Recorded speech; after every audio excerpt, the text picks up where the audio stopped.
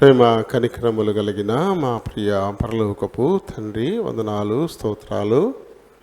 మీ కృప చొప్పున మా జీవితాల్లో అనుగ్రహించిన మరొక పునరుత్థాన దినాన్ని బట్టి హృదయమారా మిమ్మల్ని స్తుతిస్తూ ఘనపరుస్తూ ఉన్నాం.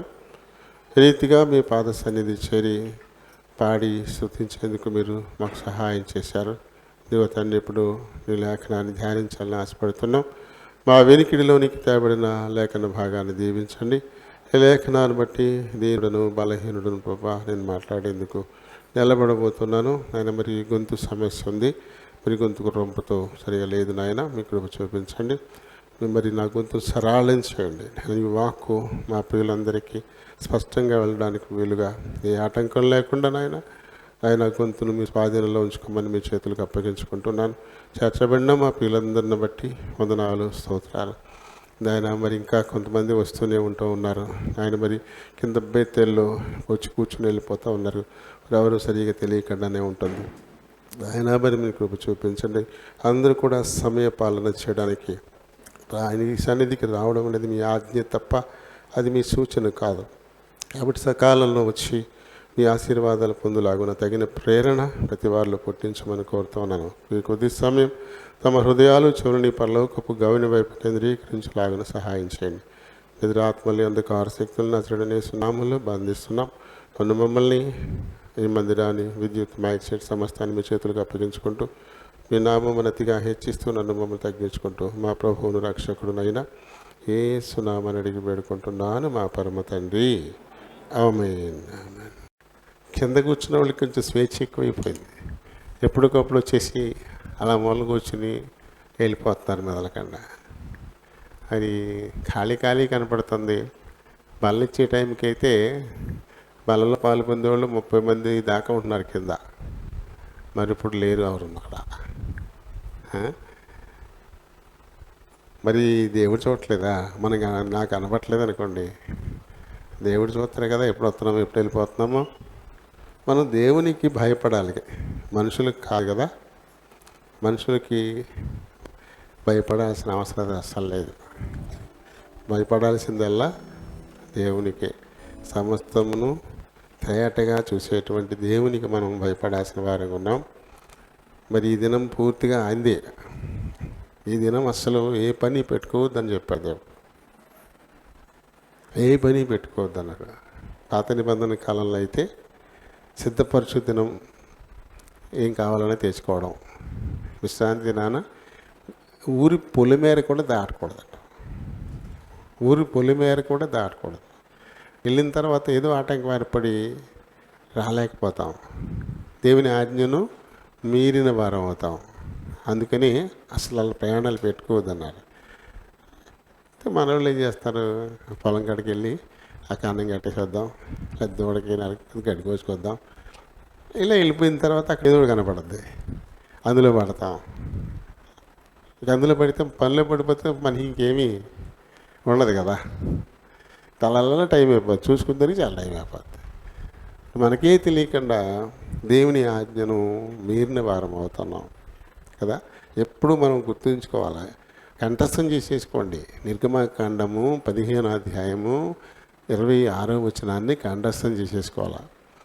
మీ దేవుడైన యెహోవా వాక్కును శ్రద్ధగా విని ఆయన దృష్టికి న్యాయమైనది చేసి, అది ఆ మాట మనకు ముఖ్యం. ఆయన దృష్టికి న్యాయమైనది చేసి మనం ఏం చేయాలంటే దేవుని దృష్టికి న్యాయమైనది చేయాలి.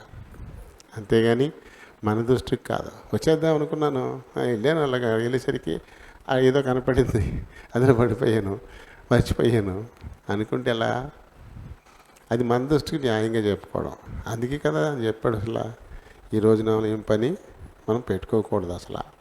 ఆ తర్వాత ఆరాధన అయిపోయిన తర్వాత ఏదో పని పెట్టుకుంటాం. మళ్ళీ ఇదంతా మాకు 1 గంటకల్లా అయిపోద్ది, అయిపోయినట్టు వెళ్ళిపోదాం అని పెట్టుకుంటాం. 1 గంటకు అవ్వకపోవచ్చు, ఒక్కొక్కసారి ఇంకో పావు గంట పెరగచ్చు.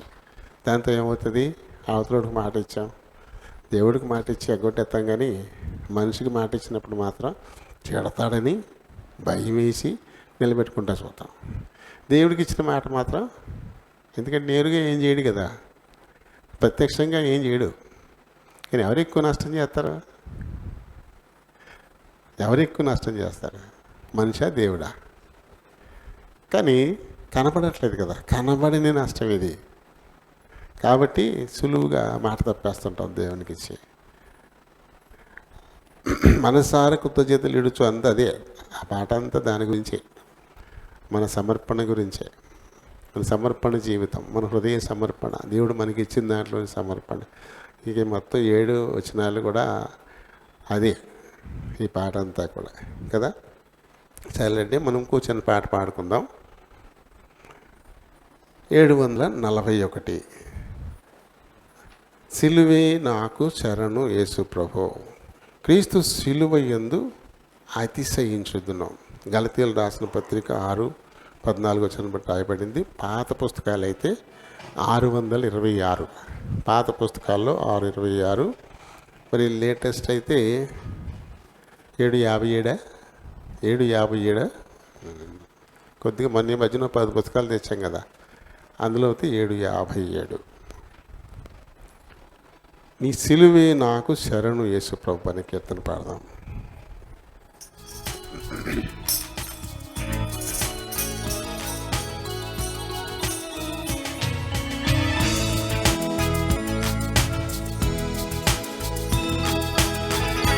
నీ సిలువే నాకు శరణు యేసు ప్రభు, నీ సిలువే నాకు శరణు యేసు ప్రభు.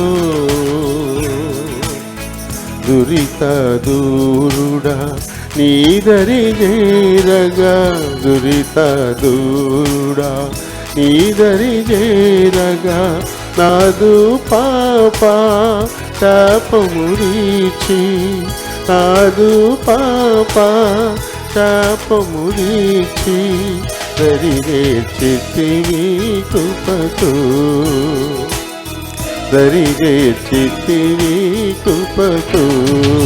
నీ సిలువే నాకు శరణు యేసు ప్రభు, నీ సిలువే నాకు శరణు యేసు ప్రభు.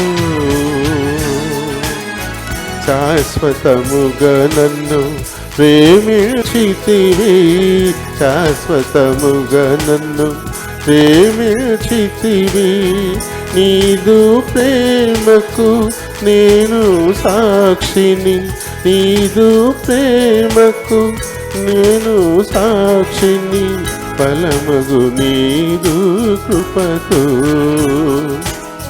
బలమగు నీదు కృపతో.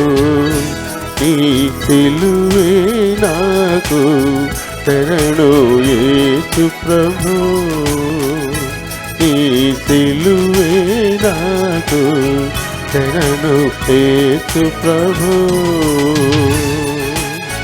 నా హృదయములో భారములెల్లను, నా హృదయములో భారములెల్లను, సిలువను చూడగా సమసిపోయెను, సిలువను చూడగా సమసిపోయెను, శక్తిగల నీ కృపతో,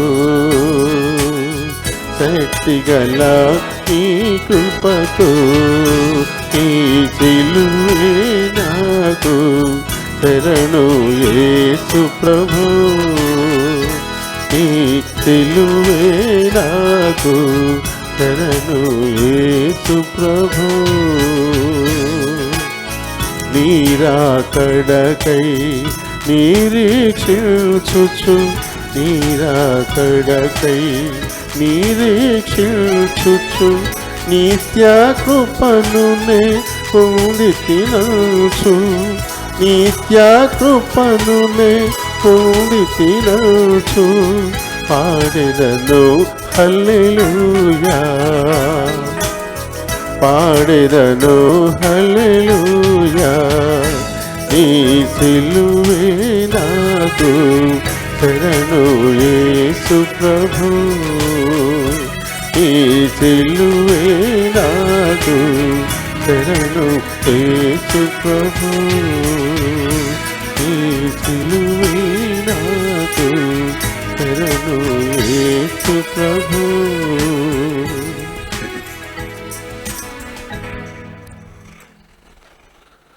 ప్రైజ్ ద లార్డ్. ప్రభునాములందరికీ వందనాలు. కాలము చాలా వేగంగా నడిచిపోతున్నట్టుంది.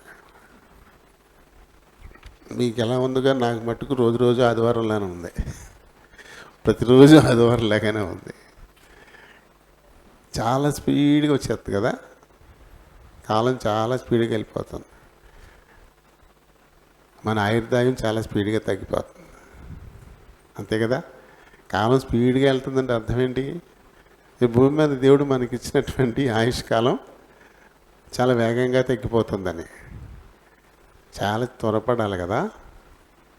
నేను కూడా లెక్కెట్టుకుంటున్నాను, మరి దేవుడు ఇచ్చిన వాగ్దానాన్ని ఎలా నెరవేరుస్తాడు? విశ్రాంతిని ఇచ్చేస్తానని చెప్పాడు కదా మోషేకి ఇచ్చినట్టుగా. కౌంట్ డౌన్ చేసుకుంటున్నాను అనమాట. డిసెంబర్ 31 అంతవరకే కదా మరి ఈ వాగ్దానం. మరి ఇవి లోపల ఏమైనా చేస్తాడా, లేదంటే హిజ్కియాకి ఇచ్చినట్టు ఎక్స్టెండ్ చేస్తారా? మరి ఏం చేస్తారో మనకు తెలీదు. అది కౌంట్ డౌన్ చేసుకుంటున్నారంటే ఇంకొక 2 నెలలు అనమాట. అక్టోబర్ అయిపోయింది, నవంబర్ డిసెంబరే కదా. ఇలాంటి కౌంట్ డౌన్ చేసుకుంటా ఉన్నా. నా దినములు లెక్కించడం నాకు నేర్పించు అన్నాడు దావీదు. ప్రతిరోజు మన దినాలను మనం లెక్క పెట్టుకుంటూ ఉండాలంట. ఎందుకంటే దేవుని దృష్టికి మన ఆయుర్దాయం ఎంత? నిమిషాల్లోనే ఉంది కదా. 2 గంటల 45 నిమిషాలు. బాగా అధిక బలం ఉంటే, అధిక బలం సమస్య ఏం లేదులేండి. నీళ్లు కలుషితం, ఆహారం కలుషితం, గాలి కలుషితం, అన్నీ కలుషితం అయిపోయినాయి. కాబట్టి ఇంకా అధిక బలం అంటే సమస్య ఏం లేదు. ఇక సేపు నుంచి ఉంటే కాళ్ళు లాగేస్తున్నాయి, 4 అడుగులు ఎత్తే కూర్చోవలసి వస్తుంది. ఇంకెక్కడుంది అధిక బలం? ఉందా? అధిక బలం అనేటువంటి మాటే లేదు. ఇక పునీత్ రాజ్ కుమార్ మన తెలుగు వాళ్ళకి ఎన్టీ రామారావు గారు ఎంత గొప్ప నటుడో, కన్నడిగులకి కన్నడలో అటువంటి వాడు అయినా పునీత్ రాజ్ కుమార్ కొడుకు అన్నమాట. కన్నడ కంఠీరవ రాజ్ కుమార్ అంటారు అతన్ని. వాళ్ళ అబ్బాయి పునీత్ రాజ్ కుమార్ 46 సంవత్సరాలు, 46. చాలా ఫిట్గా ఉంటాడు అతను, చాలా ఫిట్గా ఉంటాడు. కానీ మన హీరోలు ఉత్తుత్తియే, వీళ్ళు ఏమి చేయరు, ఫీట్లు కరెక్ట్గా చేయరు, డబ్బులు పెట్టి చేయిస్తారు. కానీ అతను ఒరిజినల్గా చేస్తాడు. మంచి జిమ్మర్ అతను. అలాగే జిమ్నాస్టిక్స్ కూడా చేస్తాడు. చక్క పల్టీలు కూడా జిమ్నాస్టిక్స్ కూడా చేస్తాడు అతను. మీరు చూసే ఉంటారు కదా, పిల్లలు పల్టీలు కొట్టుకుంటా చేస్తారు, మగలు చూసారా? జిమ్నాస్టిక్స్ అవి కూడా చేస్తాడు సొంతంగా అతను. మంచి ఫిట్ అనమాట. ప్రతిరోజు చాలా టైము జిమ్లోనే గడుపుతారంట. అన్నీ ఒరిజినల్గా చేస్తాడు. మన శుక్రవారం పొద్దున అది అలా చేస్తుండగానే కొంచెం అస్వస్థత వచ్చిందంట. వాళ్ళకి ఫ్యామిలీ డాక్టర్లు ఉంటారు, పర్మనెంట్గా పెద్ద డాక్టర్లే ఫ్యామిలీ డాక్టర్లుగా ఉంటారు. మనకి ఆర్ఎంపీలు అన్నట్టు వాళ్ళకి అది ఎండీలలో ఫ్యామిలీ డాక్టర్లు ఉంటారు. కోటీశ్వర్లు కదా. ఆయన చూశాడంట, అన్ని టెస్టులు చేశాడంట. బీపీ బాగానే ఉందంట, షుగర్ లేదు, ఇంకేవేవో చేశాడంట, అన్నీ బాగానే ఉన్నాయంట. ఇంకా ఈసీజీ అంటారు కదా, అది చేసినప్పుడు ఏదో కొద్దిగా తేడా కనిపించిందంట. ఈసీజీలో కొద్దిగా తేడా కనపడితే గబగబా పెద్ద హాస్పిటల్కి ఫోన్ చేసి ఐసీయూ బెడ్ సిద్ధం చేయండి అని 6 నిమిషాల్లో తీసుకెళ్ళిపోయారు అక్కడికి. 6 నిమిషాలే తీసుకెళ్ళారు అంతే. 2-3 డాక్టర్లు చుట్టుపడి ఏదేదేదో చేశారు. టుప్పుని ఎగిరిపోయింది ప్రాణం. నిమిషాల్లో వెళ్ళిపోయాడు. నిజంగా మరి ఎంత ఆశ్చర్యం. నిమిషాలే, 1 గంట సేపు కూడా బెడ్ మీద లేడు. శుభ్రంగా మంచిగా జిమ్ చేస్తున్నాడు. కాబట్టి అధిక బలం అంటే ఏం లెక్కేసుకోవాలి మనం? ఒక రకంగా అతను చాలా బలవంతుడనే కదా అనుకోవాలి. 46 ఏళ్ళే, బలవంతుడే, ప్రతిరోజు జిమ్ చేస్తాడు. అన్నీ బాగున్నాయంట. కార్డియాటిక్ అరెస్ట్ అనేది ఒక సమస్య చెప్పారు. గుండెపోటు కాదు, గుండెపోటు వస్తే వెంటనే చచ్చిపోరు. గంటల టైం ఉంటుంది. పైగా అది కూడా ఫస్ట్ స్ట్రోక్ వస్తే చచ్చిపోరు, 2-3 స్ట్రోక్కి చచ్చిపోతారు. ఫస్ట్ స్ట్రోక్కే వెంటనే చచ్చిపోరు, బాధపడతారు, హాస్పిటల్కి తీసుకెళ్ళచ్చు, వైద్యం చేయొచ్చు. మళ్ళీ 3వ స్ట్రోక్ వస్తే మాత్రం అప్పుడే కష్టం. ఇతనికి అటువంటిది కూడా లేదు, తక్కువ ఆగిపోయింది హార్ట్. చాలా మంచోడంట నిజంగా. అంత పెద్ద హీరో కొడుకంటే చాలా గర్వంగా ఉంటారు. తను కూడా స్వసిద్ధంగా చాలా పెద్ద హీరో, అయినా అస్సలు గర్వం ఉండదంట. అందరికీ అభిమానులతో చాలా చక్కగా వాళ్ళందరినీ దగ్గర తీసుకుని ఆలింగనం చేసుకుని మనకి ఉన్నారు. కొడతారు, అభిమానుల దగ్గరికి వెళ్తే కొడతారు మన హీరోలు. కానీ ఆశ్చర్యకరంగా అప్పటికప్పుడు వెనకాల వెళ్ళి వాళ్ళు వండర్ చేస్తారంట, చాలా మంచిగా ఉంటాడంట. ఎన్నో సేవా సంస్థలు కూడా ఉన్నాయంట ఆయనకి, చాలా సర్వీస్ చేస్తాడంట. అందుకే మొత్తం కర్ణాటక అంతా స్తంభించిపోయింది. ఈరోజు ప్రభుత్వ లాంఛనాలతో అంత్యక్రియలు చేస్తున్నారు. ఏకంగా ప్రభుత్వ లాంఛనాలతో ఆ ముఖ్యమంత్రి మంత్రులందరూ అక్కడే ఉన్నారు. చూడండి ఎంత పెద్ద ఇది. కాకపోతే అలా ఎంత మంచోడు కాకపోతే, అంత పేరున్నోడు కాకపోతే 46 సంవత్సరాలు. ఎందుకు చెప్తున్నానంటే కాలం చాలా వేగంగా గడుస్తుంది. మనకున్నది 70 ఏళ్ళని దేవుడు చెప్పాడు, అధిక బలం ఉంటే 80 ఏళ్ళని చెప్పాడు. ఇది కాకుండా ఇటువంటి కార్డియాటిక్ అరెస్ట్ లాంటివి వస్తే ఈ క్షణాల్లో తీసుకెళ్ళిపోతున్నాయి. కాబట్టి ఎక్కడుంది అధిక బలం? నేను చాలా బలంగా ఉన్నాను కదా, నేను 80 ఏళ్ళు ఉంటాను అనుకోవడానికి ఉందా? లేదు. అందుకని ఏం చేయాలట మనం? we must know how to count our days on this earth. ఈ భూమి మీద మన దినాలు ఎలా లెక్కెట్టుకోవాలో అది నేర్చుకోవాలా. నాకు నేర్పించు అని దావీదు ప్రార్థన చేశాడు. నా దినములు లెక్కించుట నాకు మోషే గారు, మన పితరుడైన మోషే 120 ఏళ్ళు బతికాడైనా ఆయన కంటి చూపు తగ్గలేదంట, కాలి సత్తువ తగ్గలేదంట. 120 ఏళ్ళు తీసుకెళ్ళిపోయాడు దేవుడు. వంగిపోయి ఏమీ చచ్చిపోలేదు ఆయన, బలహీనుడై ఏం చచ్చిపోలేదు. నడిపిస్తూనే నెబో శిఖరం ఎక్కి అంతే. ఇలా మనం లెక్క పెట్టుకోవాల్సిన వారంగా మనం ఉన్నాం. కానీ ఈ భూమి మీద ఉన్న సంవత్సరాలు ఎంత తక్కువ మనం లెక్క పెట్టుకుంటే సగం నిద్రపోతాం. అవునా? ఎంత ఆయుష్ ఉందో ఇంచుమించుగా అంత ఆయుష్లో సగం నిద్రే పోద్ది కదా. రాత్రి అంతా పడుకుంటాంగా. 70 ఏళ్ళు అంటే కనీసం 70 ఏళ్లలో 30 ఏళ్ళు నిద్రపోతాం మనం, 30 సంవత్సరాలు నిద్రపోతాం.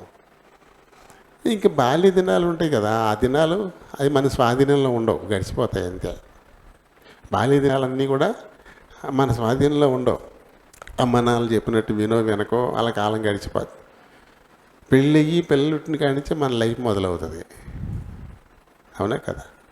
అప్పటిదాకా మన లైఫ్ ఏం మొదలు కాదు. మనకు పెళ్ళయ్యి పిల్లలుట్టిన కాడి నుంచి మన జీవితం మొదలవుతుంది. కష్టపడి ఆ పని చేసి ఈ పని చేసి సంపాదించుకుని పిల్లలు పెంచుకుని వాళ్ళు పెద్దలు చేసుకుని ఇది ఎప్పుడు మొదలవుతుంది అంటే పెళ్ళైన కాడి నుంచి. 25 సంవత్సరాల నుంచా? 10 సంవత్సరాల నుంచి 70 సంవత్సరాలు అంటే ఎన్ని ఏళ్ళు? మొత్తం 45. ఈ 45లో 20 ఏళ్ళు నిద్రే. ఇంకెంత ఉంది? 25. 25లో ఇంకెన్ని? టీవీలు చూడడమా, సినిమాలు చూడడమా, వాళ్ళతో కబుర్లు ఆడుకోవడమా, వీటికి ఎంత వెళ్ళిపోద్ది టైము. అవునా కదా? వీటికి వెళ్ళిపోద్ది టైం. ఇలా చూస్తుంటే నిజంగా మన గురించి మనం బతికే కాలం చాలా తక్కువ. అవి లెక్కెట్టుకోవాలి.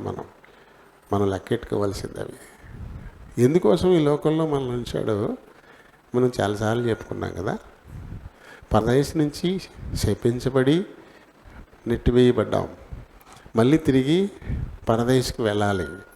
అందుకొరకు ఏ రూపంలో మనల్ని సృష్టించాడో ఆ రూపానికి మారడానికే దేవుడు ఈ లోకంలో మనల్ని ఉంచాడు. అది మన వల్ల కాకపోతే ఎలాగో చూపించడానికి ఆయన వచ్చేళ్ళాడు కదా. ఆయన రూపంలో మారడం మనకి ఎలాగో తెలియక ఇబ్బంది పడతా ఉన్నాం, రకరకాల ప్రయత్నాలు చేస్తూ ఉంటే అలా కాదు ఇలా చేయండి అంటూ మార్గం చూపించడానికి వచ్చి ఆయన వెళ్ళిపోయాడు. అలాగే మనం శాపం, దానివల్ల వచ్చిన మరణపు శిక్షని ఆయన తన మీద వేసుకుని మనకి రద్దు చేసేసాడు. అన్ని రకాలుగాను మన కొరకు ద్వారాలు దేవుడు తెరిచేసి, నా దగ్గర రండి, ప్రయాసపడి భారం మోస్తున్న సమస్త జనులారా నా దగ్గర రండి అంటే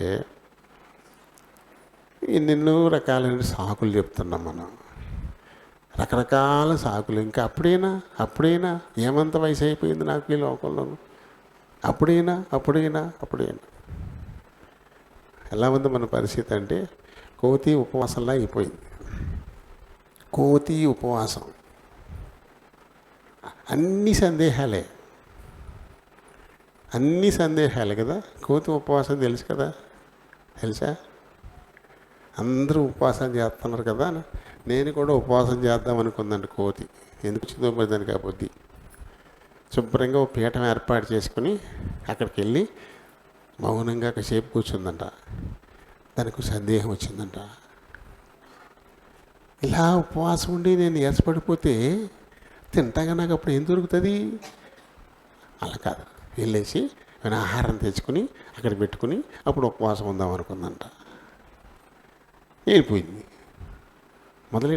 మొదలెట్టిన ఉపవాసం కంటిన్యూ అయిందా? ఆదిలోనే ముచ్చపాదన్నట్టుగా బ్రేకప్. ఆ తర్వాత వెళ్ళిపోయి అటు తిరిగి ఇటు తిరిగి మొత్తం ఒక అరటి చెట్టు చూసుకుని బాగా పండిన గెల ఒకటి ఉంటే ఒక అత్త విరిసికి తెచ్చుకుందంట. అత్త విరిగి తెచ్చుకుని మామూలుగా అంత దూరాన్ని అక్కడ పెట్టుకుని మళ్ళీ కూర్చుందంట. మళ్ళీ డౌట్ వచ్చిందంట, ఇంత ఉపవాసం ఉండి నేను నీరసపడిపోయి లెగలేకపోతే అక్కడ దాకా వెళ్ళలేనేమో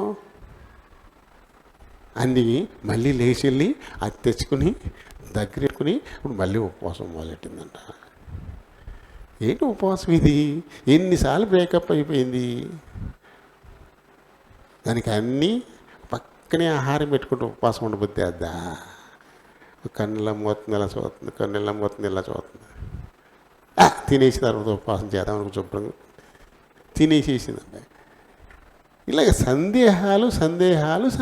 సందేహాలతో మనం ఆత్మీయ జీవితాన్ని మనం ఎప్పటికప్పుడు బ్రేకప్ చేసేసుకుంటా ఉన్నాం. కంటిన్యూషన్ లేదు. అది కంటిన్యూగా ఉంటే ఖచ్చితంగా మన దినాలు లెక్కెట్టుకోవడం మనకు తెలుస్తుంది. ఎందుకంటే దేవుని సన్నిధిలో మౌనంగా ఉండడం స్తుతి చెల్లించడమే అంట. యెహోవా సన్నిధిని మౌనంగా ఉండడం స్తుతి చెల్లించడమే అంట. అంటే మౌనంగా ఉన్నప్పుడు మన ఆత్మ ఆర్జన ఎక్కడుంది? దేవుళ్ళు కదా, ఆయనే మనకి ఇచ్చాడు కదా. అప్పుడు ఇదేమవుతుంది? అక్కడికి కనెక్ట్ అవుతుంది. మన ఆత్మ ఆయనతో కనెక్ట్ అవుతుంది. అప్పుడు పూర్తిగా ఈ లోక సంబంధమైనవి ఏమీ మనకి కనపడవు, వినిపించవు. అప్పుడు కరెక్ట్ మెసేజ్ అందుతూ ఉంటుంది మనకి ఏం చేయాలో అనేది. ఆ స్థితి వస్తుందా మనకి? కీర్తనకారుడు చెప్పినప్పుడు దేవుని సన్నిధిలో మౌనంగా ఉండడం స్తుతి చెల్లించడమేనంట. స్తుతి ఎక్కడ ఉంటే అక్కడ దేవుడు ఉంటాడు కదా. నేను అక్కడ కూర్చుంటే చాలు, నా దేవుడు నా దగ్గరికి వచ్చేస్తాడని చెప్పేసి మనం అనుకోవచ్చు. కానీ తేలిక అనుకున్నారా? మౌనంగా ఉండడం తేలిక? ఆయన సన్నిధిలో మౌనంగా ఉండడం తేలిక? మాట్లాడకుండా నోటుని అదుపు చేసుకుంటావేమో. వేగంగా పరిగెత్తే నీ హృదయాన్ని అదుపు చేసుకుంటావా? కళ్ళు మూసుకొని ఇక్కడే కూర్చుంటాం, మన హృదయం ఎక్కడెక్కడో తిరుగుతూ ఉంటుంది. చాలా స్పీడ్గా ఎక్కడెక్కడికి వెళ్ళిపోతుంది. మరి ఇంకెక్కడ మౌనంగా ఉన్నావు? పైకి అయితే మౌనంగా ఉన్నట్టే ఉంటాం. మన ఆత్మీయ జీవితం కూడా అలాగే ఉంటుంది. పైకి మౌనంగానే ఉన్నాం, పైకి యథార్థంగానే ఉంటున్నాం. కానీ అసలు మనల్ని మనం చూసుకోవాలి. ఉండగలిగాము? ఒకసారి కళ్ళు మూసుకుని కాసేపు ఉన్న మౌనంగాను సాధ్యం కాదు. ఈ లోక సంబంధమైనవి ఎన్నో ఉన్నాయి మన చుట్టూ. మనల్ని కంగారు పెట్టేస్తుంటాయి, గలిబిలు చేసేస్తుంటాయి. మొత్తం చుట్టూ ఏదో ఒకటి గుర్తొచ్చేది. గబుక్కుని ఏదో ఒకటి గుర్తొచ్చేది మన హృదయాన్ని. వెంటనే ఆలోచన అక్కడికి వెళ్ళిపోద్ది. అలాంటిది మౌనం అనరు. ఆలోచనలు కూడా మౌనంగా ఉండాలి, సైలెంట్ అయిపోవాలి. ఏమీ ఉండదు, ఆలోచనలు కూడా సైలెంట్ అయిపోవాలి. అది దేవుని స్తుతి చెల్లించడం అంటే. ప్రాక్టీస్ చేయండి. మౌనంగా కాసేపు అలా కూర్చోవడం. ఇంటి దగ్గర అయినా పర్లేదు. నేను ప్రార్థించుకోవడానికి వెళ్ళినప్పుడు కొద్దిసేపు మౌనంగా ఉండిపోండి, ఏం అనద్దు. మౌనంగా అలా ఉండిపోండి కాసేపు. ప్రాక్టీస్ చేయండి. అది చాలా కష్టం. ఉండలేము, మౌనంగా ఉండలేము. అంటే మన దేవునికి నిజంగా స్తుతి మనం చెల్లించలేకపోతున్నాం అంతే. కాబట్టి ఆయన మన దగ్గరికి రావట్లేదు, మన అవసరాలు తీరట్లేదు. ఓకేనా? ఇంకా తర్వాత ఈ ఆయుర్దాయంలో మనం చాలా మటుకు కొన్ని శరీర కార్యాల వల్ల పోగొట్టుకుంటూ ఉంటాం. వాటిల్లో చాలా ముఖ్యమైనటువంటిది కోపం. ఈ కోపం వల్ల భర్త భార్యతో మాట్లాడదు, భార్య భర్తతో మాట్లాడదు, పిల్లలతో మాట్లాడరు, తోబుట్టువులతో మాట్లాడరు, ఇరుగు పొరుగు వారితో మాట్లాడరు, మొహం మార్చుకొని ఉంటారు. దానివల్ల ఎంత సమయాన్ని మనం వృధా చేసుకుంటున్నాం. ఈ లోకంలో ఉండేది ఎంతకాలం? ఈ కొద్ది కాలంలో ఈ కోపతాపాలు పెట్టుకుని ఒకరితో ఒకరు మాట్లాడకుండా మూత బిగించుకుని ఎంత సమయాన్ని మనం వృధా చేసేసుకుంటున్నాం కదా? ఆలోచించండి. అందుకని పౌలు గారు ఏం చెప్తున్నారు? 31వ వచనంలో చూస్తే, సమస్తమైన ద్వేషము, కోపము, క్రోధము, అల్లరి, దూషణ, సకలమైన దుష్టత్వము మీరు విసర్జించండి. చాలా చెప్పారు కదా. 1, 2, 3, 4, 5 టోటల్గా సకలమైన దుష్టత్వం అన్నాడు. అయితే 5 మొదట ఉండేది ఏంటి? ద్వేషం. ద్వేషం వల్ల కోపం వస్తుంది. ఆ కోపం ఎక్కువైపోయి క్రోధంగా మారుతుంది. అది క్రోధం వచ్చేసిన తర్వాత ఇంకా అల్లరి మామూలుగా ఉండదు. నాన్న గొడవ అవునా? ఇంకా తర్వాత అల్లరి ఊరుతూనే ఉంటుందా? దోషంలో, భయంకరమైనటువంటి దోషంలో, ఇష్టానుసారమైన మాటలు. వీటన్నిటికీ మొట్టమొదటిది ఏంటి? ద్వేషం. ద్వేషం రావడానికి కారణం ఏంటి? మళ్ళీ మన విషయమే మనకు తృప్తి లేకపోవడం. మన విషయమే మనకు తృప్తి లేనప్పుడు ఎదుటివారి వృద్ధి, క్షేమం ఇవి కనపడితే వాళ్ళని ద్వేషిస్తాం మనం. మన విషయం మనకు సాటిస్ఫాక్షన్ ఉంటే ఇతరులను పట్టించుకోం. మనకు తృప్తిగా లేనప్పుడే ఇతరులను చూస్తాం. వాళ్ళకి కొద్దిపాటి బాగైనా అది చాలా ఎక్కువైపోయినట్టుగా, మనం చాలా దిగజారిపోయినట్టుగా అనిపించేసి కవతల వారిని ద్వేషించడం మొదలు పెడతాం. ద్వేషం. దీనికి మరొక పేరు అసూయ కదా. శరీర కార్యాల్లో కోపం లేదు. శరీర కార్యాలు గలతీయులకు రాసిన పత్రిక 5వ అధ్యాయంలో అక్కడ 16వ వచనం నుంచి 18వ వచనం నుంచి ఉంది. దానిలో కోపం రాయలే. కోపం అనేది ఉండదు అందులో, లేదు అందులో. అంటే కోపం శరీర కార్యం కాదా అంటే, కోపం రావడానికి చాలా కారణాలు ఉన్నాయన్నమాట. ఆ కారణాలన్నీ ఉన్నాయి అందులో. అందుకే కోపం పట్టలేదు. ఆ కారణాలన్నీ ఉన్నాయి అందులో. అందుకే కోపం అనేది ఒకటి కాదు. కోపం అనేది ఒకటి కాదు. కోపం అసూయని బట్టి వస్తుంది, ద్వేషాన్ని బట్టి వస్తుంది, తృప్తి లేకపోవడాన్ని బట్టి వస్తుంది. మన మీద మనకి తృప్తిగా లేకుండా మనలో ఏర్పడినటువంటి అసంతృప్తిని బట్టి, అది ఈగోని బట్టి, ఈగో అంటాం కదా, ఇంకా ఇన్ఫీరియారిటీ కాంప్లెక్స్, న్యూనత, ఆత్మ న్యూనతాభావం, వీటన్నిటిని బట్టి కోపం వస్తుంది. కోపానికి చాలా చాలా కోపానికి కారణం అవుతాయి. అవన్నీ రాశారు కానీ కోపం రాయలేదు. ఎందుకంటే కోపం ఒకటి కాదు, చాలా ఉన్నాయి అందులో. దీనివల్ల మన ఈ లోకంలో సంతోషంగా బతకలేకపోతున్నాం, సమాధానంతో బతకలేకపోతున్నాం. ఆ ఇచ్చిన కొద్దిపాటి ఆయుర్దాయంలో చాలా మట్టుకు మనం పోగొట్టుకుంటూ ఉన్నాం. కొంతమంది ఈ కోపంతో దుర్మార్గపు పనులు చేసి శిక్షింపబడి జైల్లో మగ్గిపోతారు. వారికి భార్య, పిల్లలు, కుటుంబం ఉంటుంది. వీళ్ళతో గడపడానికి లేకుండా జైల్లో 4 గోడల మధ్య ఊసల వెనకాల ఎంత పోగొట్టుకుంటున్నారు. కోపం వల్లే ఇవన్నీ జరుగుతూ ఉన్నాయి. ఈ కారణం అసూయ, ద్వేషం, వీటి వల్ల కదా. మొట్టమొదటిగా శాపగ్రస్తుడైపోయినటువంటి వాడు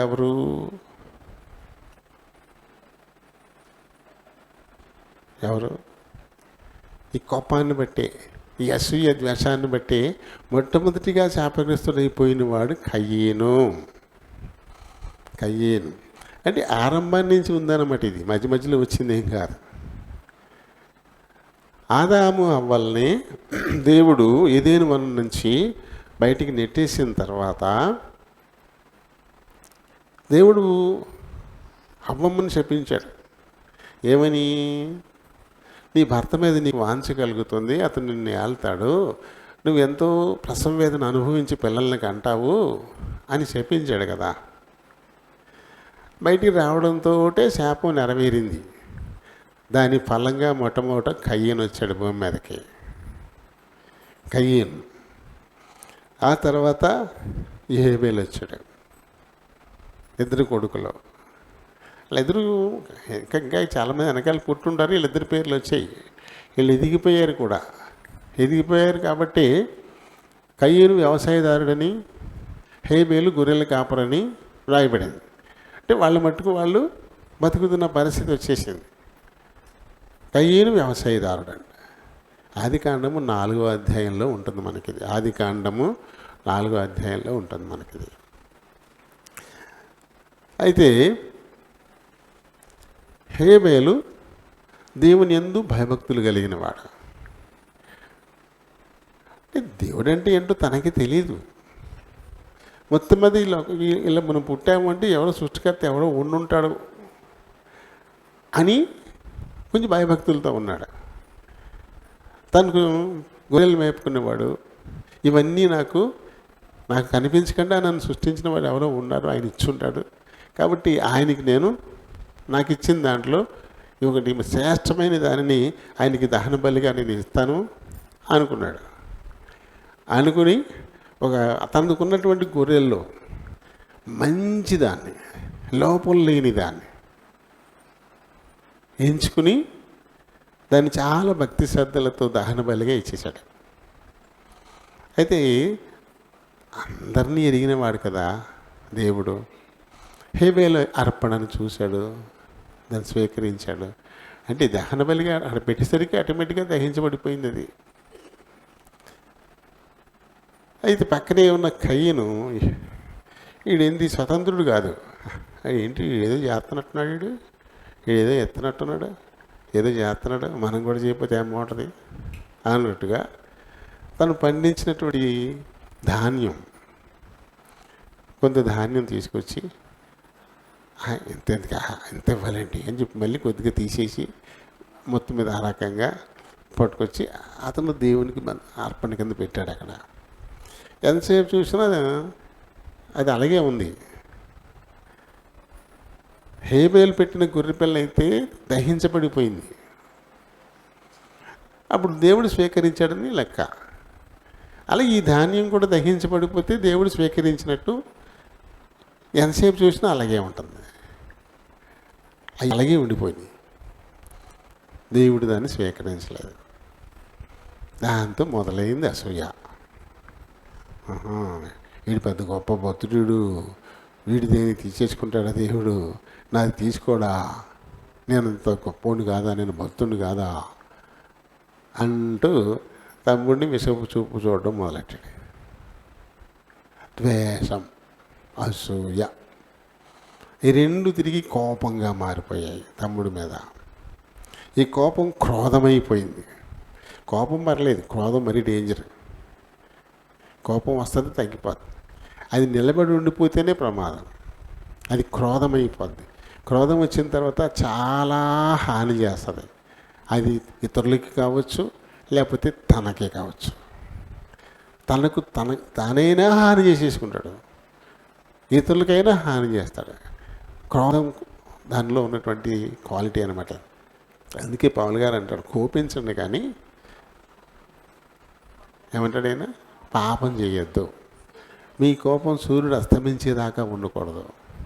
ఎందుకంటే ఈ కోపం సూర్యుడు అస్తమించేదాకా ఇంకా ఉందనుకోండి, ఇది క్రోధం అయిపోద్ది, అది చేయకూడని పనులు చేసేద్ది. అందుకని ఉండకూడదు, సూర్యుడు అస్తమించేదాకా ఉండకూడదు. ఎందుకంటే మీ కోపం పాపం దాకా పోకూడదు అని చెప్పాడు. ఇతనికి వచ్చిన కోపం అలా ఉండిపోయింది, పోలే. కాబట్టి అది క్రోధంగా మారిపోయింది. క్రోధంగా మారిపోయి తమ్ముడితో తగబెట్టుకుని ఒక రాయి తీసుకుని తలవగల కొట్టేశాడు. ఏం దెబ్బలాడుకున్నారా? హేబెల్ ఏమన్నా కయ్యంతో దెబ్బలాడా? ఏమీ లేదు కదా, ఏమీ లేదు. అతనిలో ఉన్న అసూయ, ద్వేషం, కోపం క్రోధమైపోయి దాంతో తమ్ముడిని హత్య చేసేదాకా తీసుకెళ్ళిపోయింది. కొట్టేశాడు. కొడితే పాపం అలా నేల మీద పడి రక్తంలా భూమిలోకి ఇంకిపోతుంది, చచ్చిపోయాడు. ఏమి ఎరగినట్టు మళ్ళీ వెళ్ళిపోయి తన పొలంలో పనులు కట్టుకుంటున్నాడు. తనకి ఏమీ తెలియదు అన్నట్టు. ఇప్పుడు దేవుడు మాట్లాడుతున్నాడు, కయ్యనా నీ తమ్ముడు ఎక్కడా అని. వీడికే తెలుసు కదా, తనకే తెలుసు కదా, చంపేశాడు కదా. ఏమంటాడు,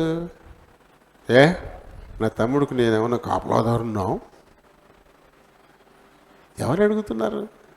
దేవుడు అడుగుతున్నాడు. దేవుడు అడుగుతుంటే ఎంత భయభక్తులతో సమాధానం చెప్పాలా? కానీ దేవుడికి ఏం చెప్తున్నాడు ఇతను? నా తమ్ముడికి నేనేమన్నా కావలివాడినా? నా తమ్ముడికి నేనేమన్నా కావలి ఉన్నా? నన్ను అడుగుతావేంటి? నేను కావలి ఉన్నా అన్నట్టుగా మాట్లాడు.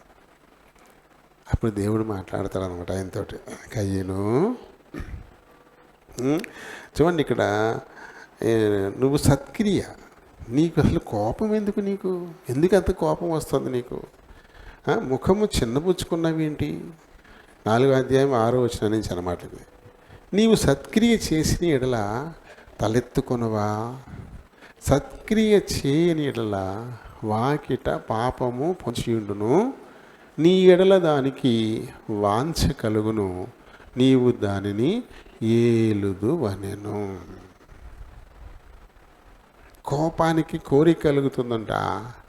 ఇక ఆ కోపం ఇతని ఏలుబడి కిందకి వచ్చేస్తుందంట.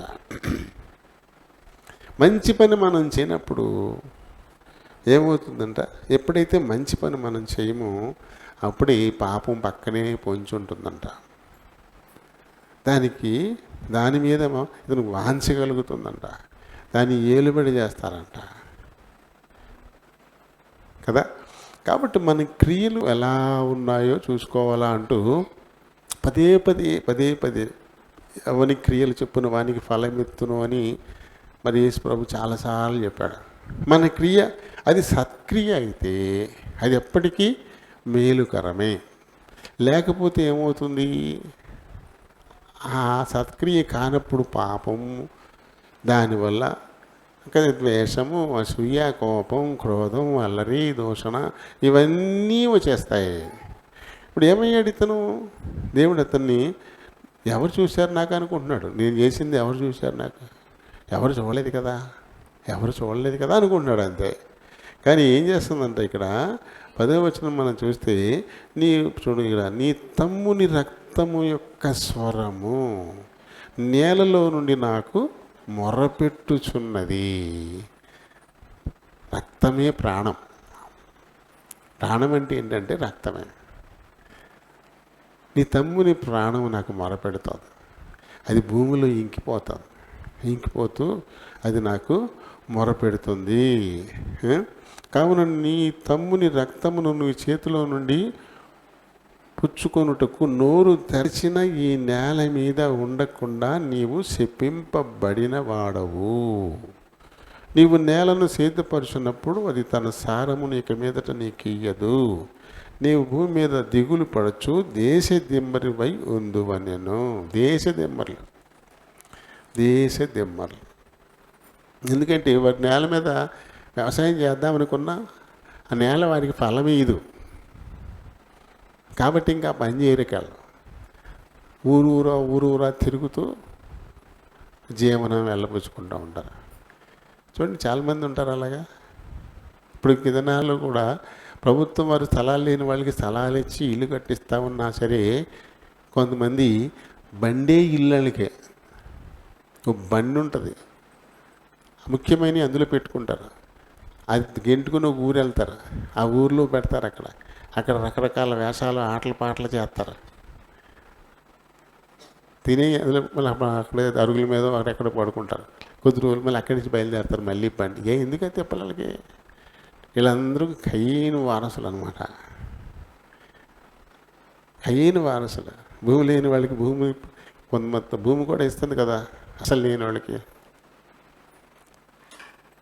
అయినా సరే ఆ భూములు తీసుకుని చక్కగా వ్యవసాయం చేసుకుని మంచిగా ఇల్లు కట్టుకుని ఉంటాకి లేదు వాళ్ళకి.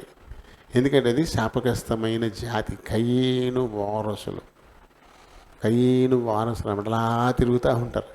చూడండి, గన్పారం చూసారు ఎప్పుడైనా మీరు? పైకి ఎక్కుతూ ఉంటాం కదా, ఈ పక్కన లారీలు అవి ఆగుతూ ఉంటాయి, వాటి కింద పడుకుంటారు. చూసారు వాళ్ళని? అందరు మొట్టమొదటి ఒకసారి వీటిలోకి వెళ్ళిపోయి మునిగేసి వచ్చేస్తారు. అక్కడే ఆ లారీల కింద వ్యాన్ల కింద అక్కడక్కడ పడుకుంటూ ఉంటారు పిల్లల్ని వేసుకొని. సంచార జాతులు అనమాట వీళ్ళు. స్థిరంగా ఒక చోట ఇల్లు కట్టుకుని చక్కగా ఇది భూమి వ్యవసాయం చేసుకుని ఉండరు. వాళ్ళకి అది లేదు. కారణం వల్ల ఏంటంటే శాపగ్రస్తమైన జాతి. కయ్యను అలా అని వాళ్ళ పిల్లలే బాగుంటారు. మనం ఇంటి పిల్లడు బయటకు వెళ్తే ఏమైనా అయిపోతారేమో అని భయపడతాం. వాళ్ళు అక్కడే తిరుగుతూ ఉంటారు, అక్కడే పడుకుంటారు, అక్కడే చిన్న. వాళ్ళకి ఏం కాదు వాళ్ళకి. ఎందుకంటే దేవుడు ఇచ్చింది అది కూడా. నేను నాకు మీదగా నువ్వు ఇచ్చినటువంటి శిక్ష చాలా భయంకరమైనది, ఎవడో ఒకటి చూసి నన్ను చంపేస్తాడు అంటూ ఈయన బాధపడతాడు. చూడండి, 14వ వచనం నుంచి కిందకి వస్తే మనకు కనబడుతుంది. నేడు ఈ ప్రదేశము నుండి నన్ను వెళ్ళగొట్టితివి, నీ సన్నిధికి రాకుండా వెలివేయబడి దిగులు పడుచు భూమి మీద దేశదిమ్మరణ ఎందును, కావున నన్ను కనుగొని వాడెవడో వాడు నన్ను చంపునని యెహోవాతో నేను. అందుకే యెహోవా అతనితో, కాబట్టి ఎవడైనను కయ్యనును చంపిన ఎడల వానికి ప్రతిదండన 7 అంతలు కలుగుననెను. మరియు ఎవడైనను కయ్యనును కనుగొని అతన్ని చంపకుండినట్లు యెహోవా అతనికి ఒక గురుతు వేశాను. అందుకని అలా చెట్ల కింద పుట్ల కింద లారీల కింద పడుకున్న హ్యాపీగా వృద్ధి పొందేస్తూ ఉంటారు వాళ్ళు. ఆ పిల్లలకి ఏ హాని కాదు. మనం ఎంత గాజు బొమ్మలాగా ఇంట్లో పెట్టు దాచుకున్నా మన పిల్లలకి ఇబ్బందులు వచ్చేస్తాయి. వాళ్ళకి ఏమి రావు. ఏం తింటారో, ఏం తాగుతారో, ఎక్కడ తిరుగుతారో, గాలి పీలుతారో, కొడుకులు లేకుంటారు వాళ్ళంతా కూడా. ఇది శాపగ్రస్తమైన జాతి. దేవుడు వాళ్ళకి ఆ వరం ఇచ్చాడు, మిమ్మల్ని ఎవరు ఏం చేయడు, మీకు ఏం కాదు. అయితే వాళ్ళు చక్కగా మంచిగా మన భవనాలను కట్టుకుని అందులో హ్యాపీగా కార్లు కొనుక్కుని బతికే పరిస్థితి ఉండదు. ఇంకా వాళ్ళకి తిరగడమే ఇంతే పని. ఇలా తిరగడం ఏం బాగుంది మాకు అని అనుకోరు ఇంకా. ఎందుకంటే దేవుడు ఇచ్చింది అది, ఆ శాపం అనిచ్చింది కదా. కారణం ఏంటి? ఇప్పుడు అసూయ, ద్వేషం, దీంతో కోపం, తర్వాత క్రోధం, ఆ తర్వాత అల్లరి, ఆ తర్వాత దూషణలు, ఇవన్నీ వచ్చేస్తాయంటాయి. కాబట్టి ఏం చేయమంటాడు మన పితరుడైన పౌలు గారు చెప్తున్న మాట ఏంటి? 31వ వచనంలో అది ఈ అన్నిటినీ మీరు విసర్జించాలి. వీటన్నిటినీ సమస్తమైన ద్వేషాన్ని, కోపాన్ని, క్రోధమును, అల్లరిని, దూషణను, సకలమైన దుష్టత్వమును మీరు విసర్జించండి. వీటిని విసర్జించేయాలి, వదిలేసేయాలి. ఎందుకంటే ఇలాంటి వారు దేవునికి ఇష్టలు కాలేరు. కయ్యను ఇష్టడయ్యాడా? శాపగ్రస్తుడైపోయాడు. కయ్యను ఇష్టడు కాలేదు. కాబట్టి ఇలాంటి లక్షణాలు ఎవరు కలిగి ఉన్నా వారికి కూడా అదే పరిస్థితి. అందుకు కారణం ఏంటి? దేవుని కోపం వస్తుంది. కయ్యను కోపం హేబేల్ని ఇబ్బంది పెట్టింది. అయితే ఇప్పుడు మరి దేవుని కోపం రాదా? దేవుని కోపం వచ్చింది. తన ఎడల యథార్థంగా ఉన్నటువంటి హేబేల్ని చంపేసినందుకు దేవుని కోపం వచ్చి కయ్యని చంపేస్తే అక్కడితో అయిపోయేది. చంపేయలే. ఈ శిక్ష చాలా గొప్పది. చావు రాదు, దేశదెమ్మరు బతుకో. అన్నీ దోషంలే. ఈసడించుకుంటారు అందరూ, ఎవరు గౌరవించరు. అలా అని చావరాదు, అలా బతకాల్సింది. అలాంటి ఒక పరిస్థితి దేవుడు వారికి కలిగించడానికి దేవునికి వచ్చినటువంటి కోపం. దేవుడు మామూలుగా చాలా పరిశుద్ధుడు, దేవుడు దీర్ఘశాంతుడు, ఆయన అందరినీ ప్రేమిస్తాడు. కానీ ఆయనకి కోపం వస్తే పరిస్థితి ఎలా ఉంటుంది? బైబిల్ అయితే చెప్తుంది దేవుడు ప్రేమగలడని, పరిశుద్ధుడని, నీతిమంతుడని. బైబిల్ అయితే చాలా స్పష్టంగా చెప్తోంది. చూడండి, 103వ కీర్తన 8వ వచనం 9వ వచనం చదువుదాం. 103వ కీర్తన 8, 9 వచనాలు చదువుదాం. యెహోవా దయాదాక్షిణ్యపూర్ణుడు, దీర్ఘశాంతుడు, కృపా సమృద్ధి గలవాడు, ఆయన ఎల్లప్పుడూ హత్యమాడువాడు కాడు, ఆయన నిత్యమును కోపించువాడు కూడా కాదు. ఆయన లక్షణాలు అవి. అయినా ఆయన కోపం తెప్పిస్తున్నాను. అలాంటి వాడికి కయ్యను కోపం తెప్పించాడు. మొట్టమొదటిగా దేవుని కోపానికి గురైంది ఎవరు?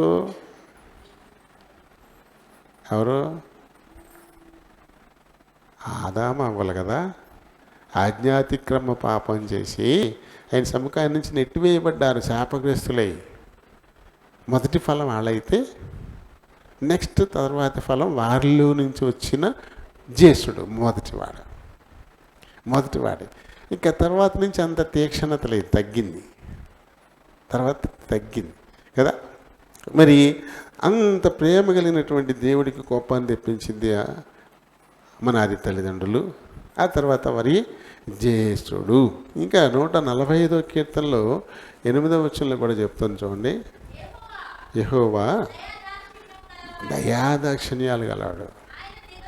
సేమ్ 103:8 ఏం చెప్పబడిందో 145:8 కూడా అదే చెప్పాడు. ఆయన దీర్ఘశాంతుడు కదా, కృపాతిశయాలు గలవాడు,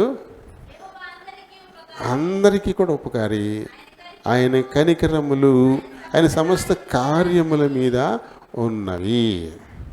ఇప్పుడు అలాంటి వానికి మరి ఇంత కోపాన్ని తెప్పించేశాడు. దేవుని కోపం చాలా తీవ్రమైనది. ఆయన కోపం ఎంత తీవ్రమైందంటే చూడండి, మనం మార్కు సువార్తలో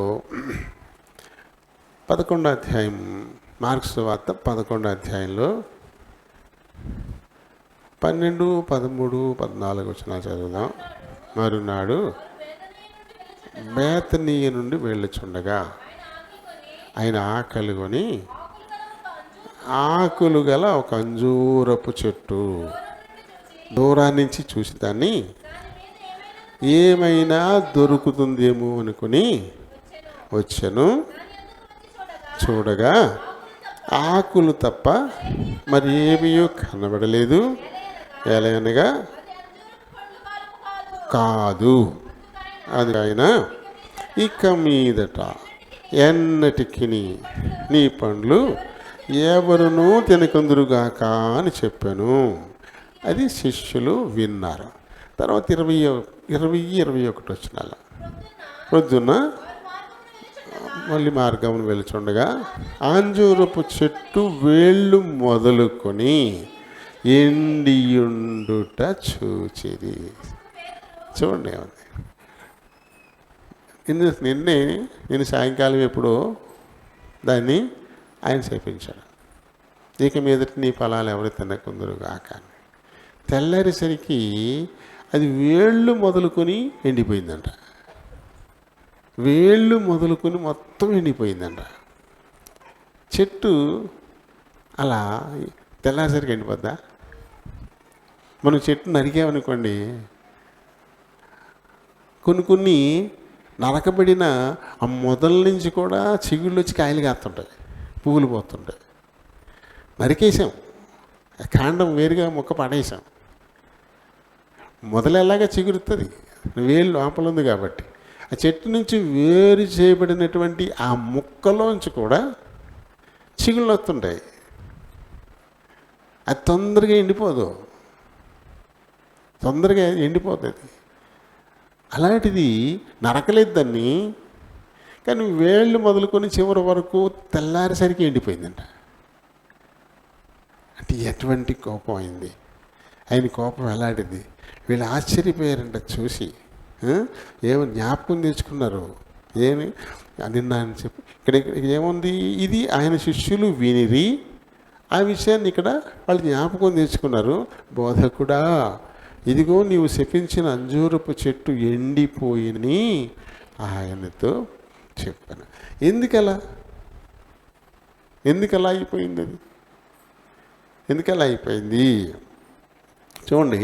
అంజూరపు చెట్టు గురించి మనం చూడండి. ఇంకా ఇందులో మత్తయి సువార్త 20వ అధ్యాయంలో 18వ వచనంలోనూ ఈ ప్రస్తావన ఉంది. అయితే లూకా సువార్త 13వ అధ్యాయంలోనూ 6వ వచనంలో కూడా ఈ ప్రస్తావన మనకి కనబడుతుంది. అయితే ఇక్కడ హోషేయ 9:10 చదువుదాం. హోషేయ 9:10.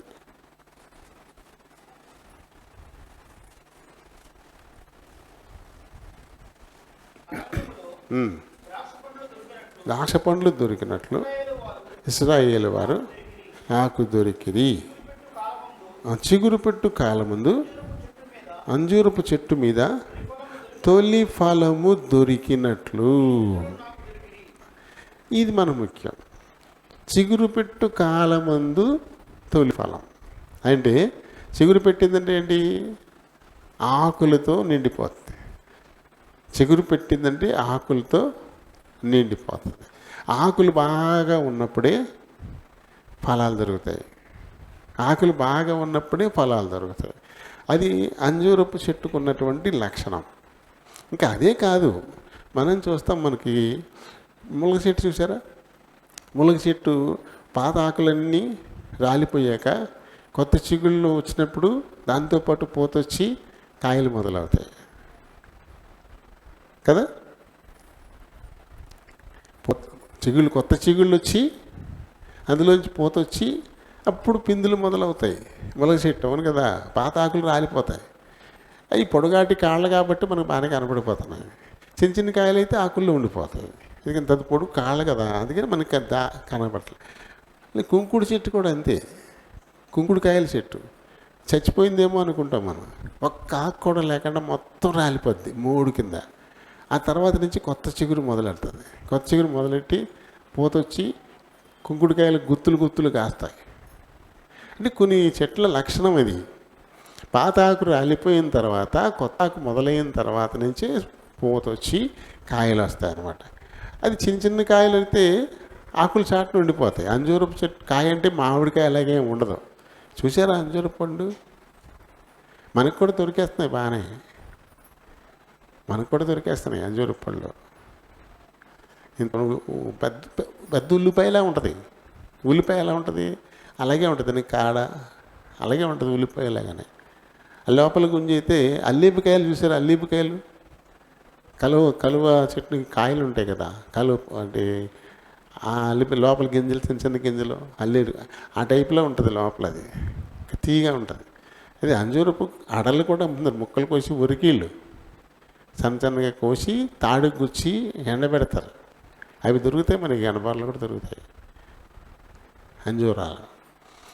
అది ఇంతకాయే ఉంటుంది. ఆకు చాటు నుండిపోద్ది అనమాట.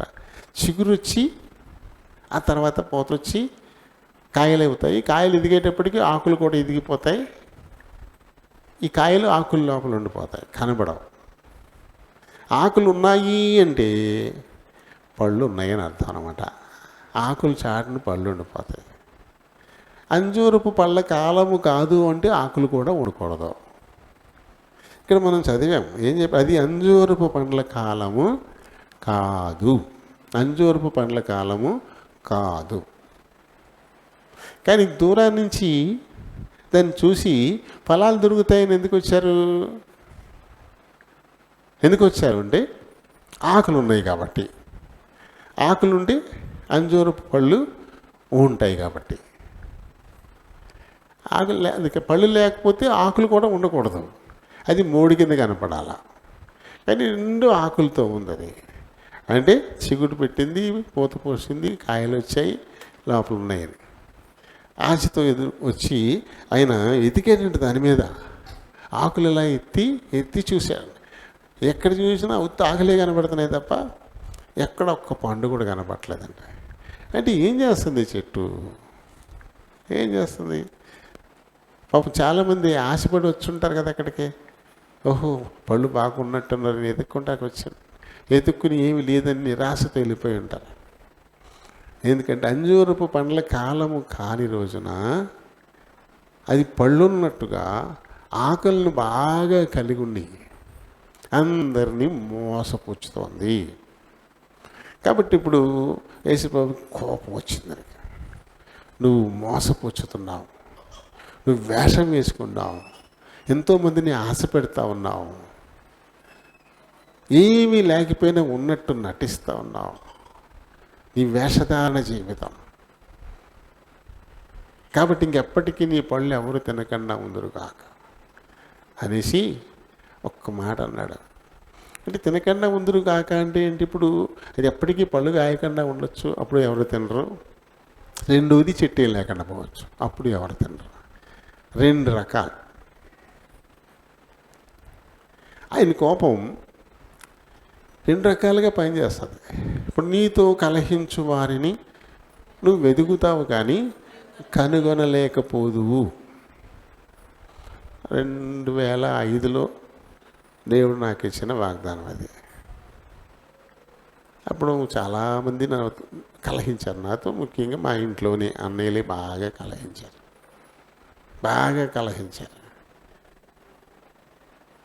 ఆ టైంలో ఇలా ఉన్న టైంలో నేను వెళ్ళి ఏం చేయాలి? అక్కడ అందరూ నన్ను ఇష్టపడట్లేదు, కలహిస్తున్నారు. ఇక్కడ కూడా కొంతమంది ఎలా తయారయ్యారు ఆ టైం. అయితే దాన్ని దేవుడు ఎలా చేయొచ్చు? వారిని మార్చొచ్చు, వారి కోపం లేకుండా మార్చి సమాధానం పరచవచ్చు. అప్పుడు కలహించేవారు ఉండరు.